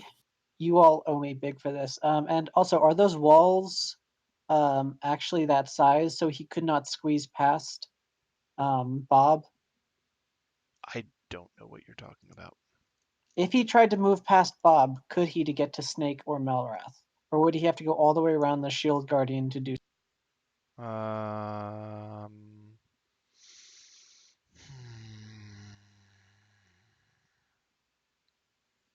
He could move over them because he is literally 3 times their size, and thus there's an extent to which he could sort of hop over them.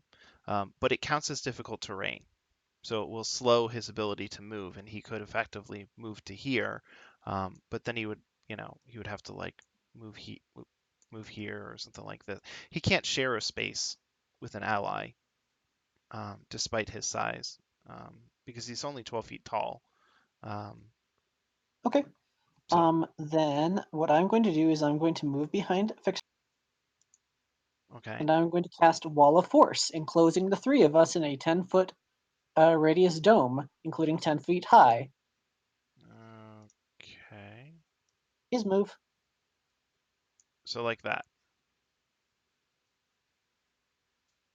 right? Oh no! 1 second. Let me check that to be 100% sure. radius of up to 10 feet. Then I'm actually going to move it back one so that it's even harder for him to move. Like to that? No. I'm just moving it, the center point, a little bit Here. farther back. 10. Yep, and then making it 10. Yep. Okay. I'm just gonna look up Wall of Force because it might matter. Let's see. Springs into field. Geometry power. There's that. Yep. Each panel contiguous. Blah blah blah. Fourth an inch thick. Lasts for the duration. If the wall cuts through a creature's space when it appears, creature is pushed to the side.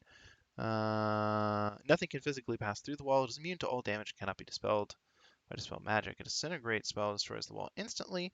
This wall also extends back to the ethereal plane, blocking traffic. Okay. Hmm.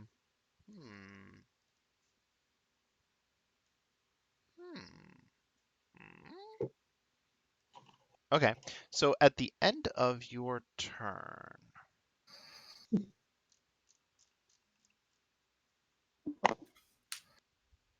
oh shit, you are so profoundly lucky. Okay. Ooh. Yeenoghu roars in frustration as he sees you encased within the dome, and he swings his flail attack and hits the shield guardian and knocks it 5, 10, 15 feet away in a straight line. Did that you targeted Tazarath? Yeah, for some reason, every time I target Shield Guardian, it says it targets Tazarath, so I don't know what's up with that, but it's applying the damage to the right person, so I don't know what's up. Anyways, so he swats the creature away, and then it is officially his turn. So from here, I just want to test something out here. Cone. Yeah, this will do nicely. Yeenoghu positions itself here, and he casts a spell. I need to target everybody in the party. So let's see. I attempt to Magic counterspell. can't go through Wall of Force. I thought only physical damage couldn't go through Wall of Force. Nothing can physically. It is immune. And 1 second. Oh, I thought. 1 second. Let me look this fast. I swore that it blocked magic as well. This isn't damage, I think, is the key. It is Okay. It is immune to all damage, is what I was reading. I didn't see anything that said that it actually prevented like line of sight or effect or anything. Okay. Cool. So I can attempt to counter this? You can. Good luck. That's inspiring confidence. Yeenoghu generally does that. Yeah. I'm going to go ahead and start, or continue, I should say, targeting the entire party. I believe in you, Yeenoghu. So make a spellcasting ability check. Well, Yeah. If you fail, I might try to do the same. Oh, if you fail, I will do the same. Just an army of counterspell. Because he's bloodied, so I think we got one more turn. So I just roll it in the chat then? Yeah. Okay. I think that blocks anything but a 13th level spell, which at that point we're fucked. Oh no, not a second level I'm sorry. spell slot. It blocks what? I'm saying that if the only thing that would not counterspell is a 13th level spell. Yeah, no, you got it. You got an exceptionally good roll. You That I prevented did. the casting of fear, an exceptionally powerful version of fear. And so I don't want to be scared and mad, so. Whew. okay, so he cast his fear. He will untarget everybody.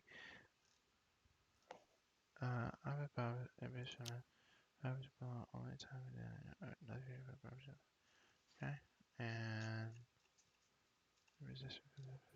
okay, so he ends his turn. And It then goes. he takes damage. Oh yes, he has to make a saving throw. Wisdom Right, that's right. saving throw. He may not take damage. Well, shit. Let me actually go back to his turn here so I can find his saving throws. Can people move? Can friendly people move into the Wall of Force or no? No, it is completely impenetrable.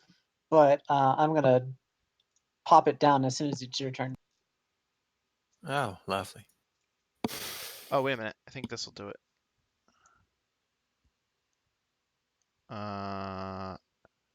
Yeah. Okay. So he rolled a 20. Okay. So he ends the effect on himself and ceases to be on fire. And then now it's really Melrath's turn. Go get him, Tiger. I'll run up to here and wail on him. Oh, actually, I'll use my action surge, so I get 6 attacks. Oh, good. Of course. It's only the third one he's rolled this. This better be better than the other one. So fighters are pretty good in this edition, huh? Yeah. Yeah. Wait. Oh, okay. Oh, he actually misses something. Ooh. Okay. There's a hit. And 6. Alright, so So I get 3 more damage rolls. Yeah. Yep. Good. Pew, pew, pew. I helped. Okay. Eric. As soon as you end your turn, nothing terrible will happen. Yay! Are you done with your turn? Yes. I'm just kidding. Something terrible happens. At Uh-oh. this Yay! point, he uses his Do option. you want to turn off that effect as well, since he? Yeenoghu turns on you and he swats you away. 5, 10, 15. Boop. And then Bob, you're up. Do you want to turn off? Wall of Force. Do you want to turn Yeah. off that effect on him? Was that just the immolation? Immolation already ended. He saved against it. Right, but isn't that effect under him? Oh, yes, I see what you're saying. Yes. Turned I like how vanishes. Melrath takes no damage from being swatted. Yeah, I do too. That's my favorite part, in fact. Actually, how much did you... Ooh. Sorry, you were also knocked prone. Oh no, not pro. Which is a problem because if he happens to move again, it's half your movement to stand up. Oh. Yeah. Doesn't happen to you very often, but now that it has, Oh, does that round up or down? Because I have 35 move speed. rounds down. Okay. So it would be 3 squares of movement to stand up. Yes. Okay. So I think you've convinced me, especially since there's. Can I just do a circle around him, like behind him?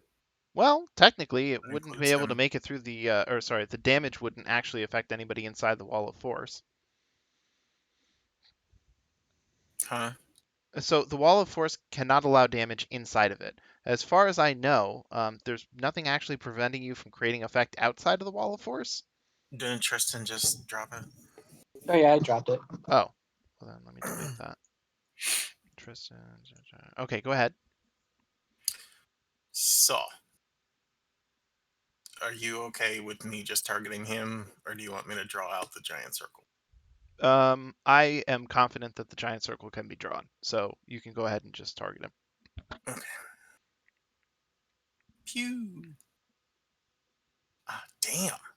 Those Holy are shit. quite the same. Wow. So Yeah. what So that was very good. He succeeds. happened? Ooh. You bastard. So Bob rushes back and he skids to a halt just inches outside of Yeenoghu's ultimate possible distance or maximum possible distance. He raises his hands up and necrotic energy surges out of him, billowing out of every orifice in his body, and it floods into the area, and then streams, tendrils of negative energy reach out, tear at Yeenoghu. He bats them away, and now it's anything else, Bob? Nope. That was very anticlimactic. On the end of Bob's turn, Oh noes. Yeenoghu. Wow, Bob, this is hilarious. Because you moved Is it? Oh. yes, because you moved 15 feet away from him, you are unaffected by his savage attack. He makes a Wow. bite attack against everything within 10 feet of him.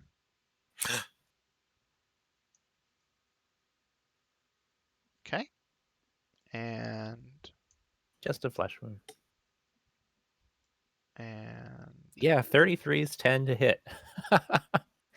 woof.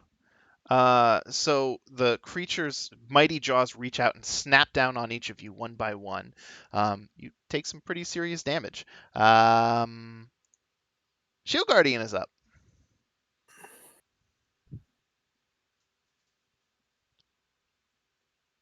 Oh! Before Shield Guardian's turn, one more thing. So, having recently freed the horrific arm from within it, the maze engine suddenly begins to spew a slippery glue that splatters across its outer surface and coats the entire thing. And so for the rest of this round, it's just going to be sputtering this horrific goo out over its surface, which drips down into the chasm below. Now you can go. So the Shield Guardian is technically one size category smaller than Yeenoghu, right? Yes. All right, I'm gonna try a grapple. Okay. I can't remember how grappling works. Is it just strength versus? I'm going to look it up so I don't say the wrong thing. So we're going to go to the player's handbook, reference manual, type in here, grappling. Oh, give me a fucking break. Are you kidding me? Is the reference manual not the right thing to be pulling up? I don't understand. Appendices? No. Oh, I know. It's under combat. Combat is 9. Actions in combat. Cast a spell, dash, disengage, hide.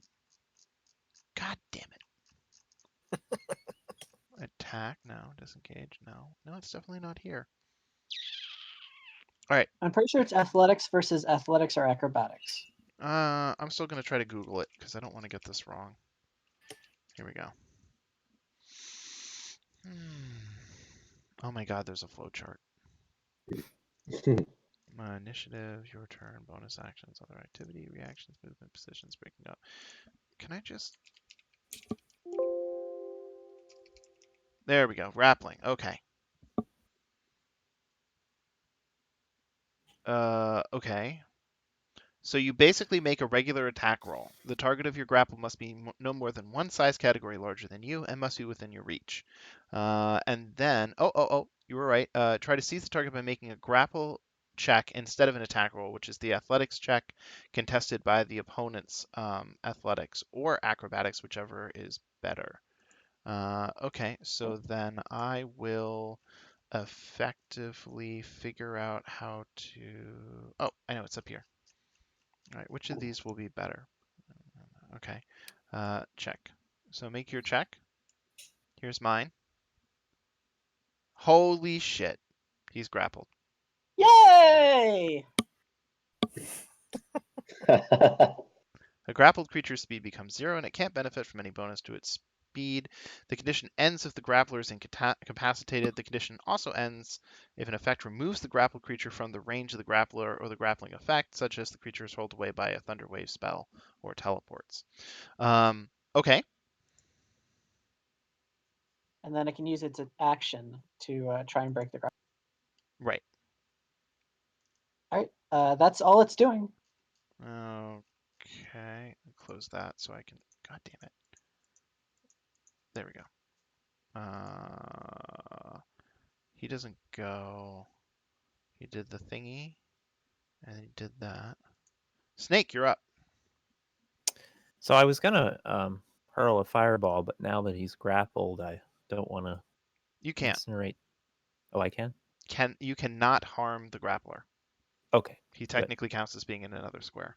All right. Thank goodness for that. Yeah, he's holding him at arm's length. Good job. Shield Guardian is useful. Well, So you I'm do going no to damage. Empowered spell, which I can use with another meta magic option, and I'm going to use heightened spell to make him throw at disadvantage. Oh, okay. So I think I'm for, gonna. What's the saving throw that needs to be done? it's going to be a fireball, so it'd be Dex. Okay. So I have. Actually, how do I do this shit? I think I figured it out. Okay, I'm ready. I'm gonna make the saving throw now. He gets a 24.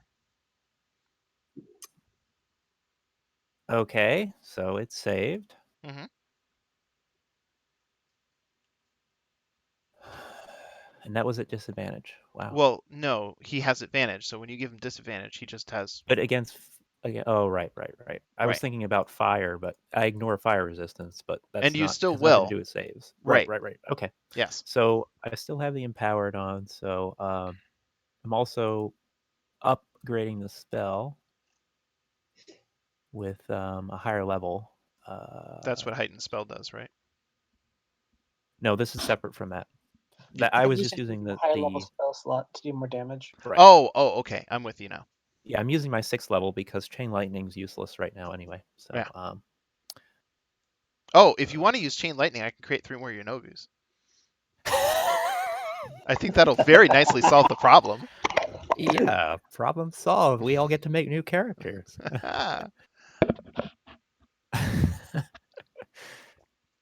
You're a funny guy. I'm known for it.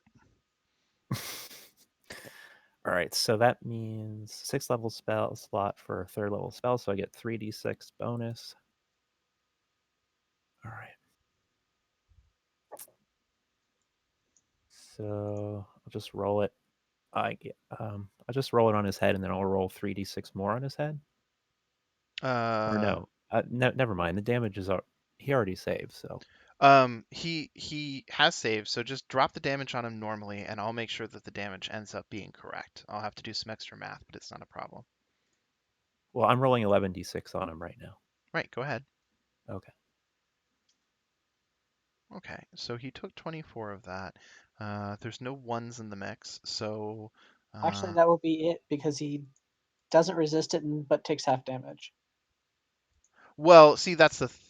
Oh yeah, that would be it because he doesn't take a quarter damage instead. Yeah. Okay. Yeah. Okay. Oh, So. well, also I have the option to re-roll though because of the empowered. Do you up to want my to? charisma modifier, I can roll dice, individual dice. Okay. I can re-roll up to 5. So I will re-roll the 2s. I'm not going to re-roll the other ones. Okay. So I'm just going to re-roll those. So I guess. Just roll 2d6 and we'll see what the numbers are.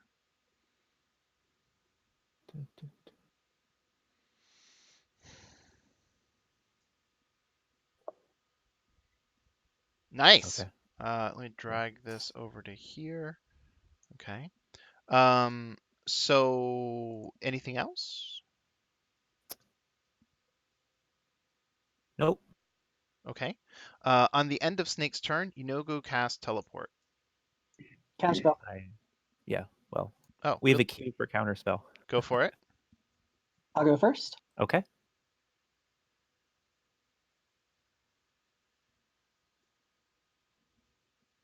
Oh. Nope. Okay. I will go next, I guess. I know you wanted to get in on this too, Bob, but Do you want me to go since you did last time? yeah, why don't you roll? Okay. I still have one more spell slot after that. Is that good? I have to look at counterspell because I can't quite. That stops an 8th level spell because it's 10 plus. Right. No, actually.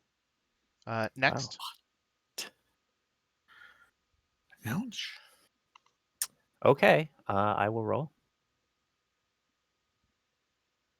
There you go. And at the last possible second. Master counterspeller. He begins to cast his spell. First, Tristan flicks out counter magic and is spatted aside. And then Bob tries valiantly but barely fails. And then Snake pulls in all of his power and pushes the teleportation away. And he remains in his spot. Good job, Snake. Thanks. Fixer I'm good upper. for something. What will you do? Try and well, I guess I'll just try and attack him again. Okay. Didn't work very well last time, but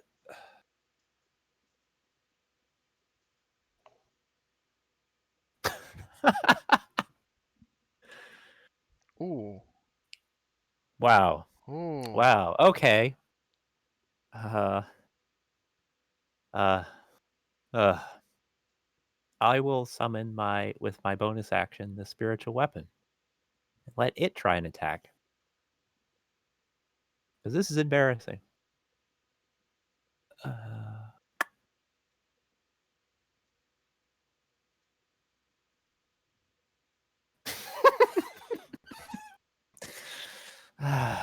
Ooh, that is most unfortunate. You slash as hard as you can against Yeenoghu, but each of the attacks bounce off of his hardened skin.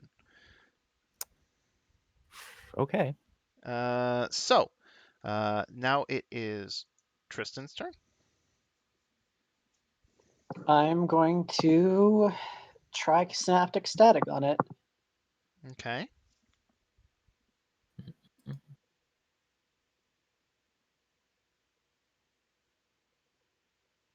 Darn, Yeah. it's close.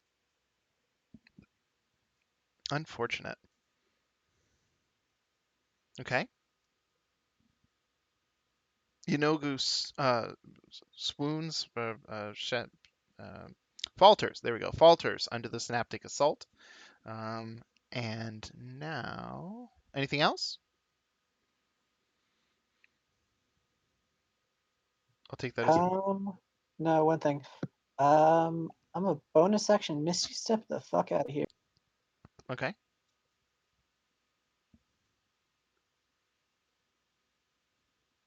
There we go. Oh, so sorry. You have to be here. Anything to the left or right is a crevasse, and you didn't want to teleport into the crevasse. Gotcha. Right. So, it is now Yeenoghu's turn. So at this point, he attempts to cast teleport. He can't use his action, can he? Oh wait, I guess he can. It's his movement. All right. I will attempt to counter.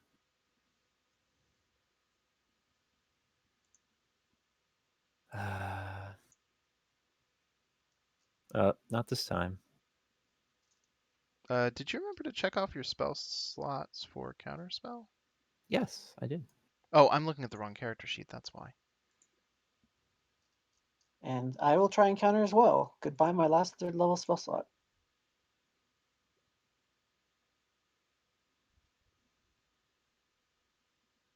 God damn it. Uh-oh. I think you guys are out. Yeah. Okay. Well, I could try another, but that's my last spell. I mean, can create more counter spell slots, but not until next turn. Yeah. I would at least give it a shot. Okay. Oh my God, Kyle, are you the hero? I believe in you. Nope. Oh. Oh, I'm Well, so sorry. All that pressure gave me indigestion. The You- madness didn't help either. Yeenoghu teleports directly to here, and upon reaching that location, yeah. Let's see here.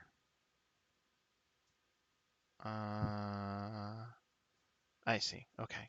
So the first thing he's gonna do is make sorry. He hit himself. Yeah, disregard that. Let's see here. No. Okay, now I Them's see. the rule. There we go. So he's gonna start with Snake. Wow. Then he's gonna go for Tristan. Uh-huh. And then he doubles up on Tristan.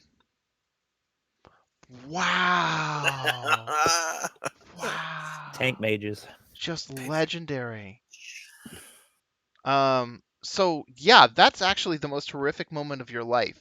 A demonic gnoll teleports in front of you and starts Yeah. wildly hammering its flails directly at you. And the barrier that forms the magical effect that protects you is for you largely invisible, and yet this thing impacts off of it and then ricochets off to the side. So, you're basically cowering and practically pissing yourself when this happens. Melrath, He missed me by 1. he did. Oh, I'm going to stand up, move over here, and throw a chromatic orb of acid at him. Okay. Hmm. Nope. Unfortunate. Oh, wait. Separately, roll a separate attack. You went so fast that I wasn't able to remove prone, so you were at disadvantage when you shouldn't Oh, have been. Oh, Wait. You dropped a 15, so 15 plus 6 would be 21? whoops. Yeah, you would have Yeah. missed either way. Oh, Oh. okay. Okay. Yep. My turn. So at the end of Melrath's turn, Yeenoghu activates Rampage? Or not Rampage, that sounds Savage. good. No, Savage. Snap. A hit. Shield? Okay. And snap. I don't think shield would work on that. Sadly, It no. worked on the first one. Oh, wait, no, the second one wasn't me. Yeah, it doesn't matter. Whew. Um, That's a lot of damage. it is a lot of damage. Wait, close that. Now we move on to Bob. Can I throw a rock at him? Oh, you got I think, cantrips. yeah, I think cantrips are better than rocks. Oh. Oh, I got 3d10 plus 5 or 3d12. I think 3d10 plus 5, doesn't it?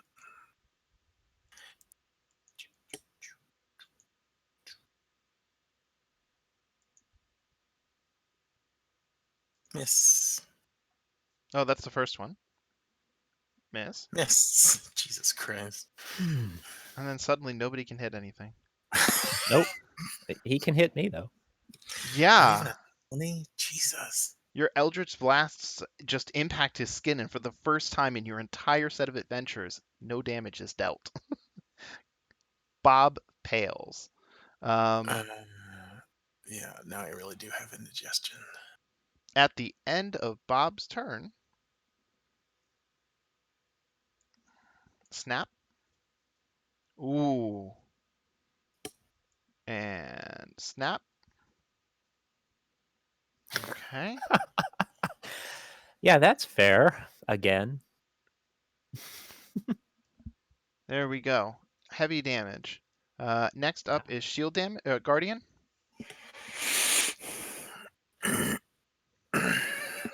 Tristan bribed him.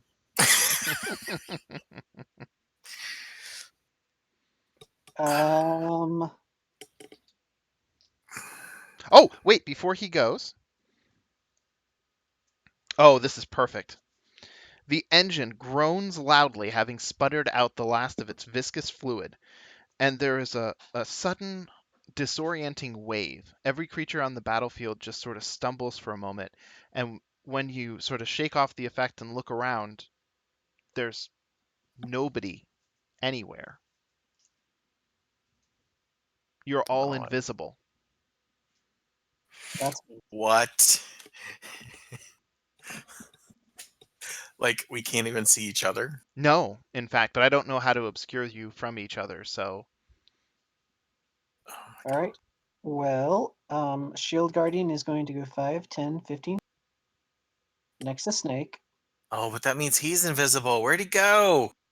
yes, he is invisible. Oh, fuck. Last known position rules still work. Yeah, for disadvantage.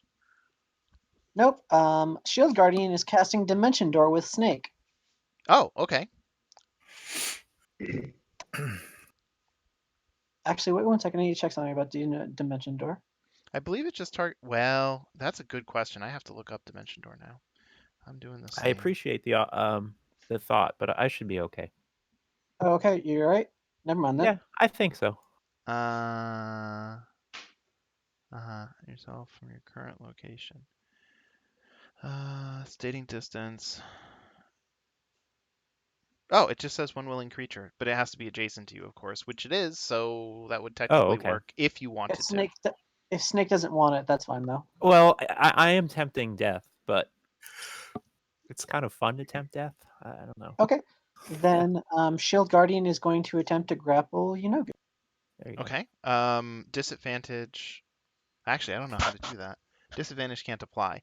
So I'm just going to go ahead and roll here. Oh, shit. How does that keep happening?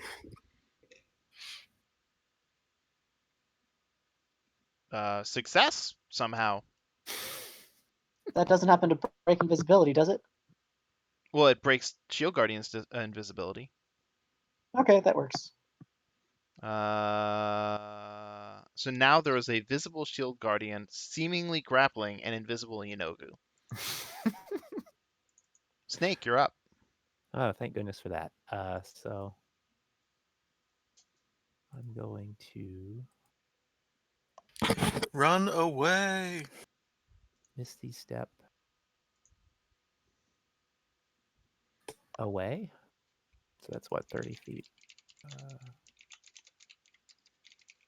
Yeah.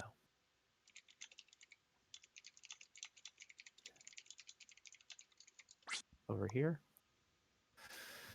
I guess I can area attack that area. I don't see why not. Yes, you can do an area effect of that area. Yes. It will be harder to target such that, like, you're using the last known positions of people, so. Well, I can. You could. True. I think what we should basically say is, let me just use a. Okay, you can basically just sort of like target the 5-foot cube, one of the 5-foot cubes that you knew that he was in, and then use that as your basis. Do you know what I'm saying? He takes up 3x3 sets of 5-foot cubes. Right. Okay. Yeah, and you only have to overlap one cube that he occupies in order to hit him with a spell. Yeah, can you move it back to where you had it before? 2 spaces to the left? Yeah, 4 spaces, I guess I meant. Yeah, that's good. Okay. And obviously I don't want to hit other people with the fireball. So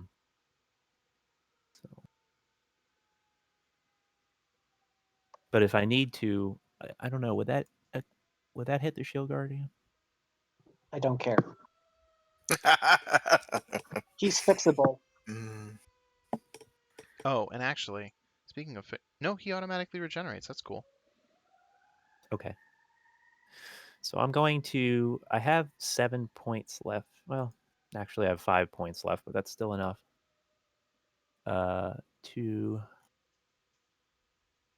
empower and heighten again. So.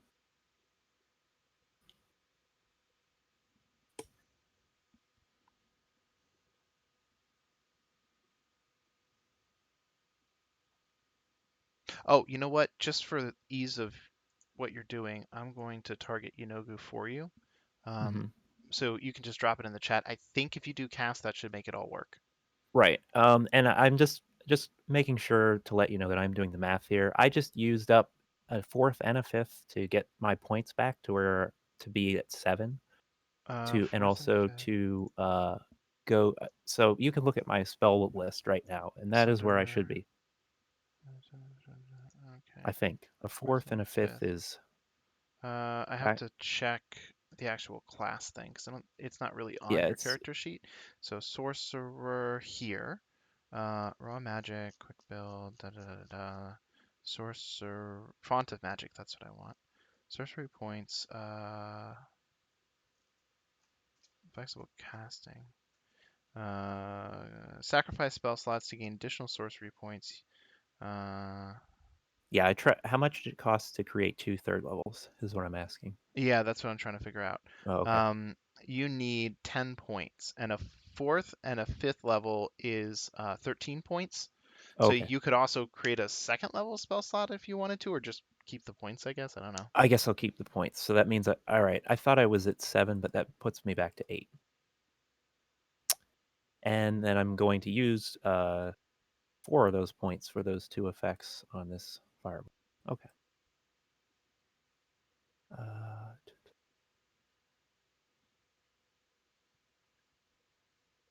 Okay. So okay. he rolls at the disadvantage.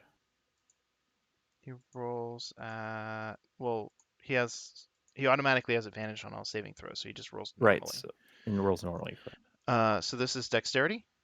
Yes. Okay. Dex saving throw. He's fail. 24. Okay. Well, it was worth a shot, right? Indeed. All right. So I still have empowered on this. So should I just roll it in the chat? Mm-hmm. It should target him automatically. Okay. However, I can't pump it up this time.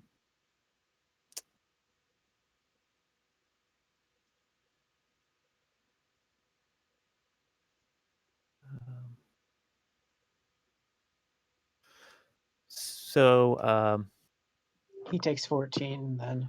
and then I'm gonna re-roll the 2s, I guess. So that means that's I'm gonna roll 4 of them. 4d6, yeah. Wow. And I got Exact same the roll. exact same. Okay, then I don't 'cause it have to goes back. adjust anything. Great rolling. Mm-hmm. Okay. So Did he take that's the damage? yeah. He took the damage. Okay. All of that to do 14 damage. Yeah, it's 14 more points than he had a minute ago. Fixer upper, you are up. Oh, also, keep in mind for everybody that is. Oh, which is really just Snake. So Snake, you're no longer invisible. Okay, so I am going to cast heal. Who are you healing? Should be Wait a minute. any Snake, creature I can see, which would be 1. So did you Misty Step? Did you What's Misty that? Step? Yeah, I did. Okay. So I'll heal Snake for 70. Mm-hmm.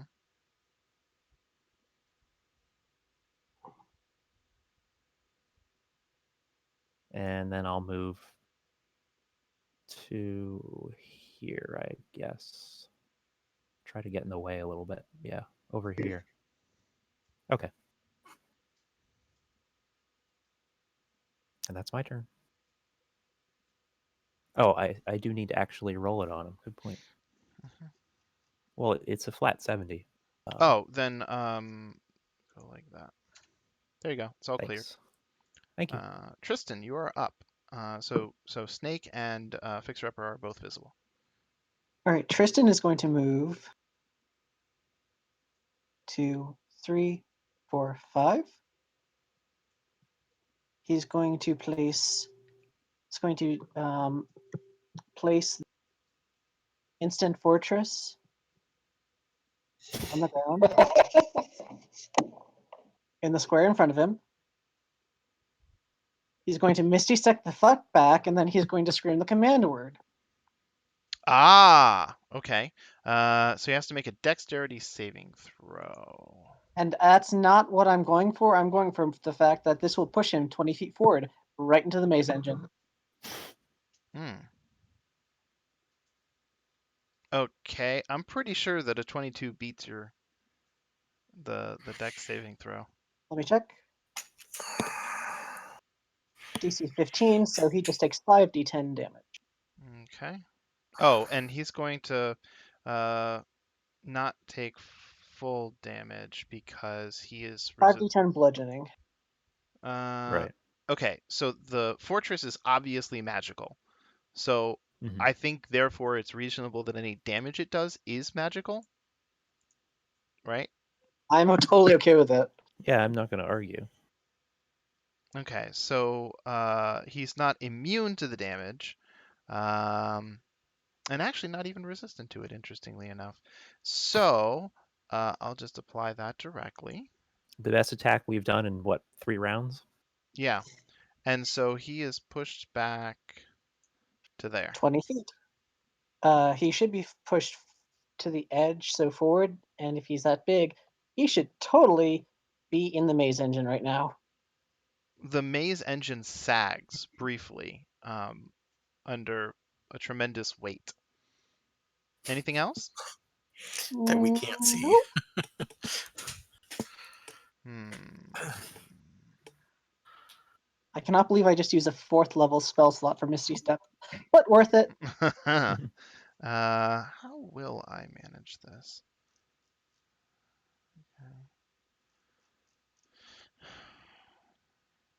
Oh yeah, isn't there a giant tower on the battlefield now? Oh yes, we should definitely make sure that's represented. 20 feet. Also, I'm going to create a smaller pointer. All I can hear is the word squish. There we go. Yeah, there was indeed a sickening thud. That smaller 5-foot square indicates the door.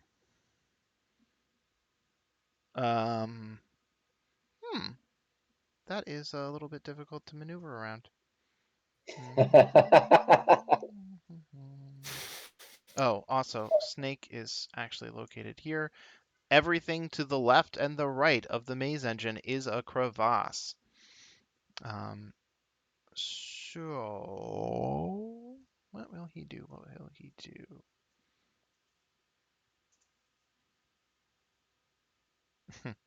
Well, that's silly.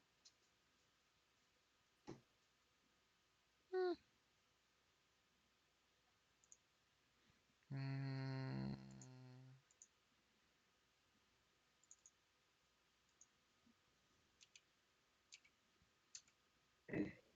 let's see. That's actually quite funny. Here. And then, there we go. Yeenoghu uses a bonus action to cause a version of his magical flail to appear behind Tristan. Does he have to be able to see line of sight for that? Spiritual weapon. He What actually is the only line of sight? he doesn't have line of sight. He will place it here then. And then Sorry, Malrath. here. Okay, spiritual weapons. Oh, I'm shielding that. Okay, what's your AC become? 25? 25. Yep. Okay. So the spiritual weapon bounces off your shield. And then at this point, 5, 15, 25,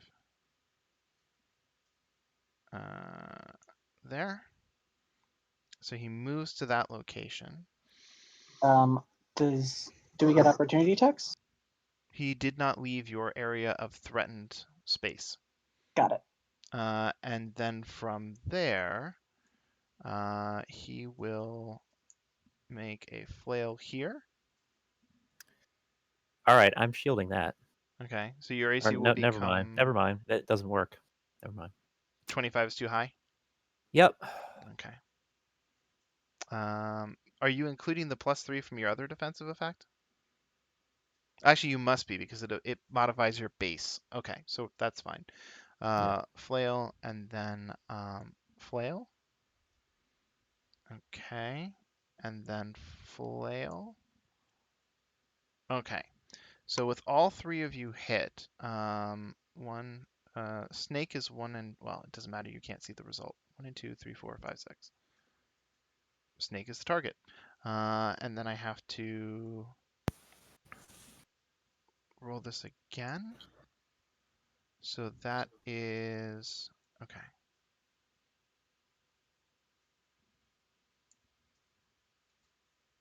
Failure.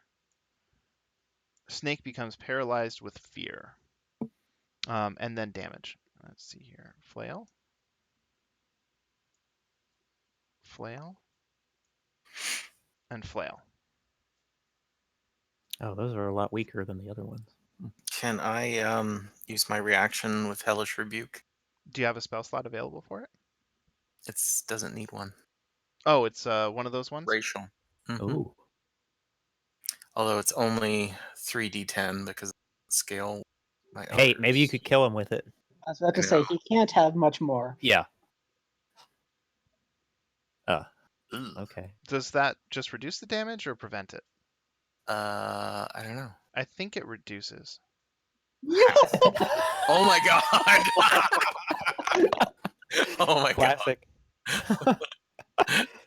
So Burn for it! Yeenoghu takes his time striking at each of his foes, just languishing in his He was on victory. fire. He was unstoppable in that moment until And then he turned on Bob, and as he struck Bob a mighty blow, he burst into eldritch flame and collapsed and died. Can I just What I did just Bob point at say? him? Did Yeah. he say like your mom's a bitch? Your mother will burn in there with you. Bob lands the killing blow on Yeenoghu. Yeah. That was exciting. And very unfortunately, it took far longer than one would have expected. So it's 9:30. So I know we got to wrap this up quite quickly. The wizard had 2 first level and 1 fourth level spell slots left. I've never been this close to being completely useless. I can wait to talk about what happens after the effect till next time. But the one thing that you Okay. should know now is that whether you do it now or next time, the party will level twice from this. Holy Whoa. shit. Seriously? Because Baphomet and Yeenoghu were defeated at the same time. Wow. Did we have if we had run, would we have leveled, or is this just like we get points for being ballsy? If you had run, no, you would have leveled once. You stuck it out. You did it. What was, I would say, a moderately tough fight. Right? Nice. Yeah, I was just curious what would happen if we had. You would tried have to gained a somehow single avoid level. the fight. Cool. Yeah. So I had this was the battle that was optional that I added in here. And I Okay. also needed a way to get you guys to 15 because there aren't actually enough chapters to get you there. So that's how I'm doing it. Yay. So yeah. Alright. Bye everybody. I'm gonna turn off the. Bye. Yeah, I'm gonna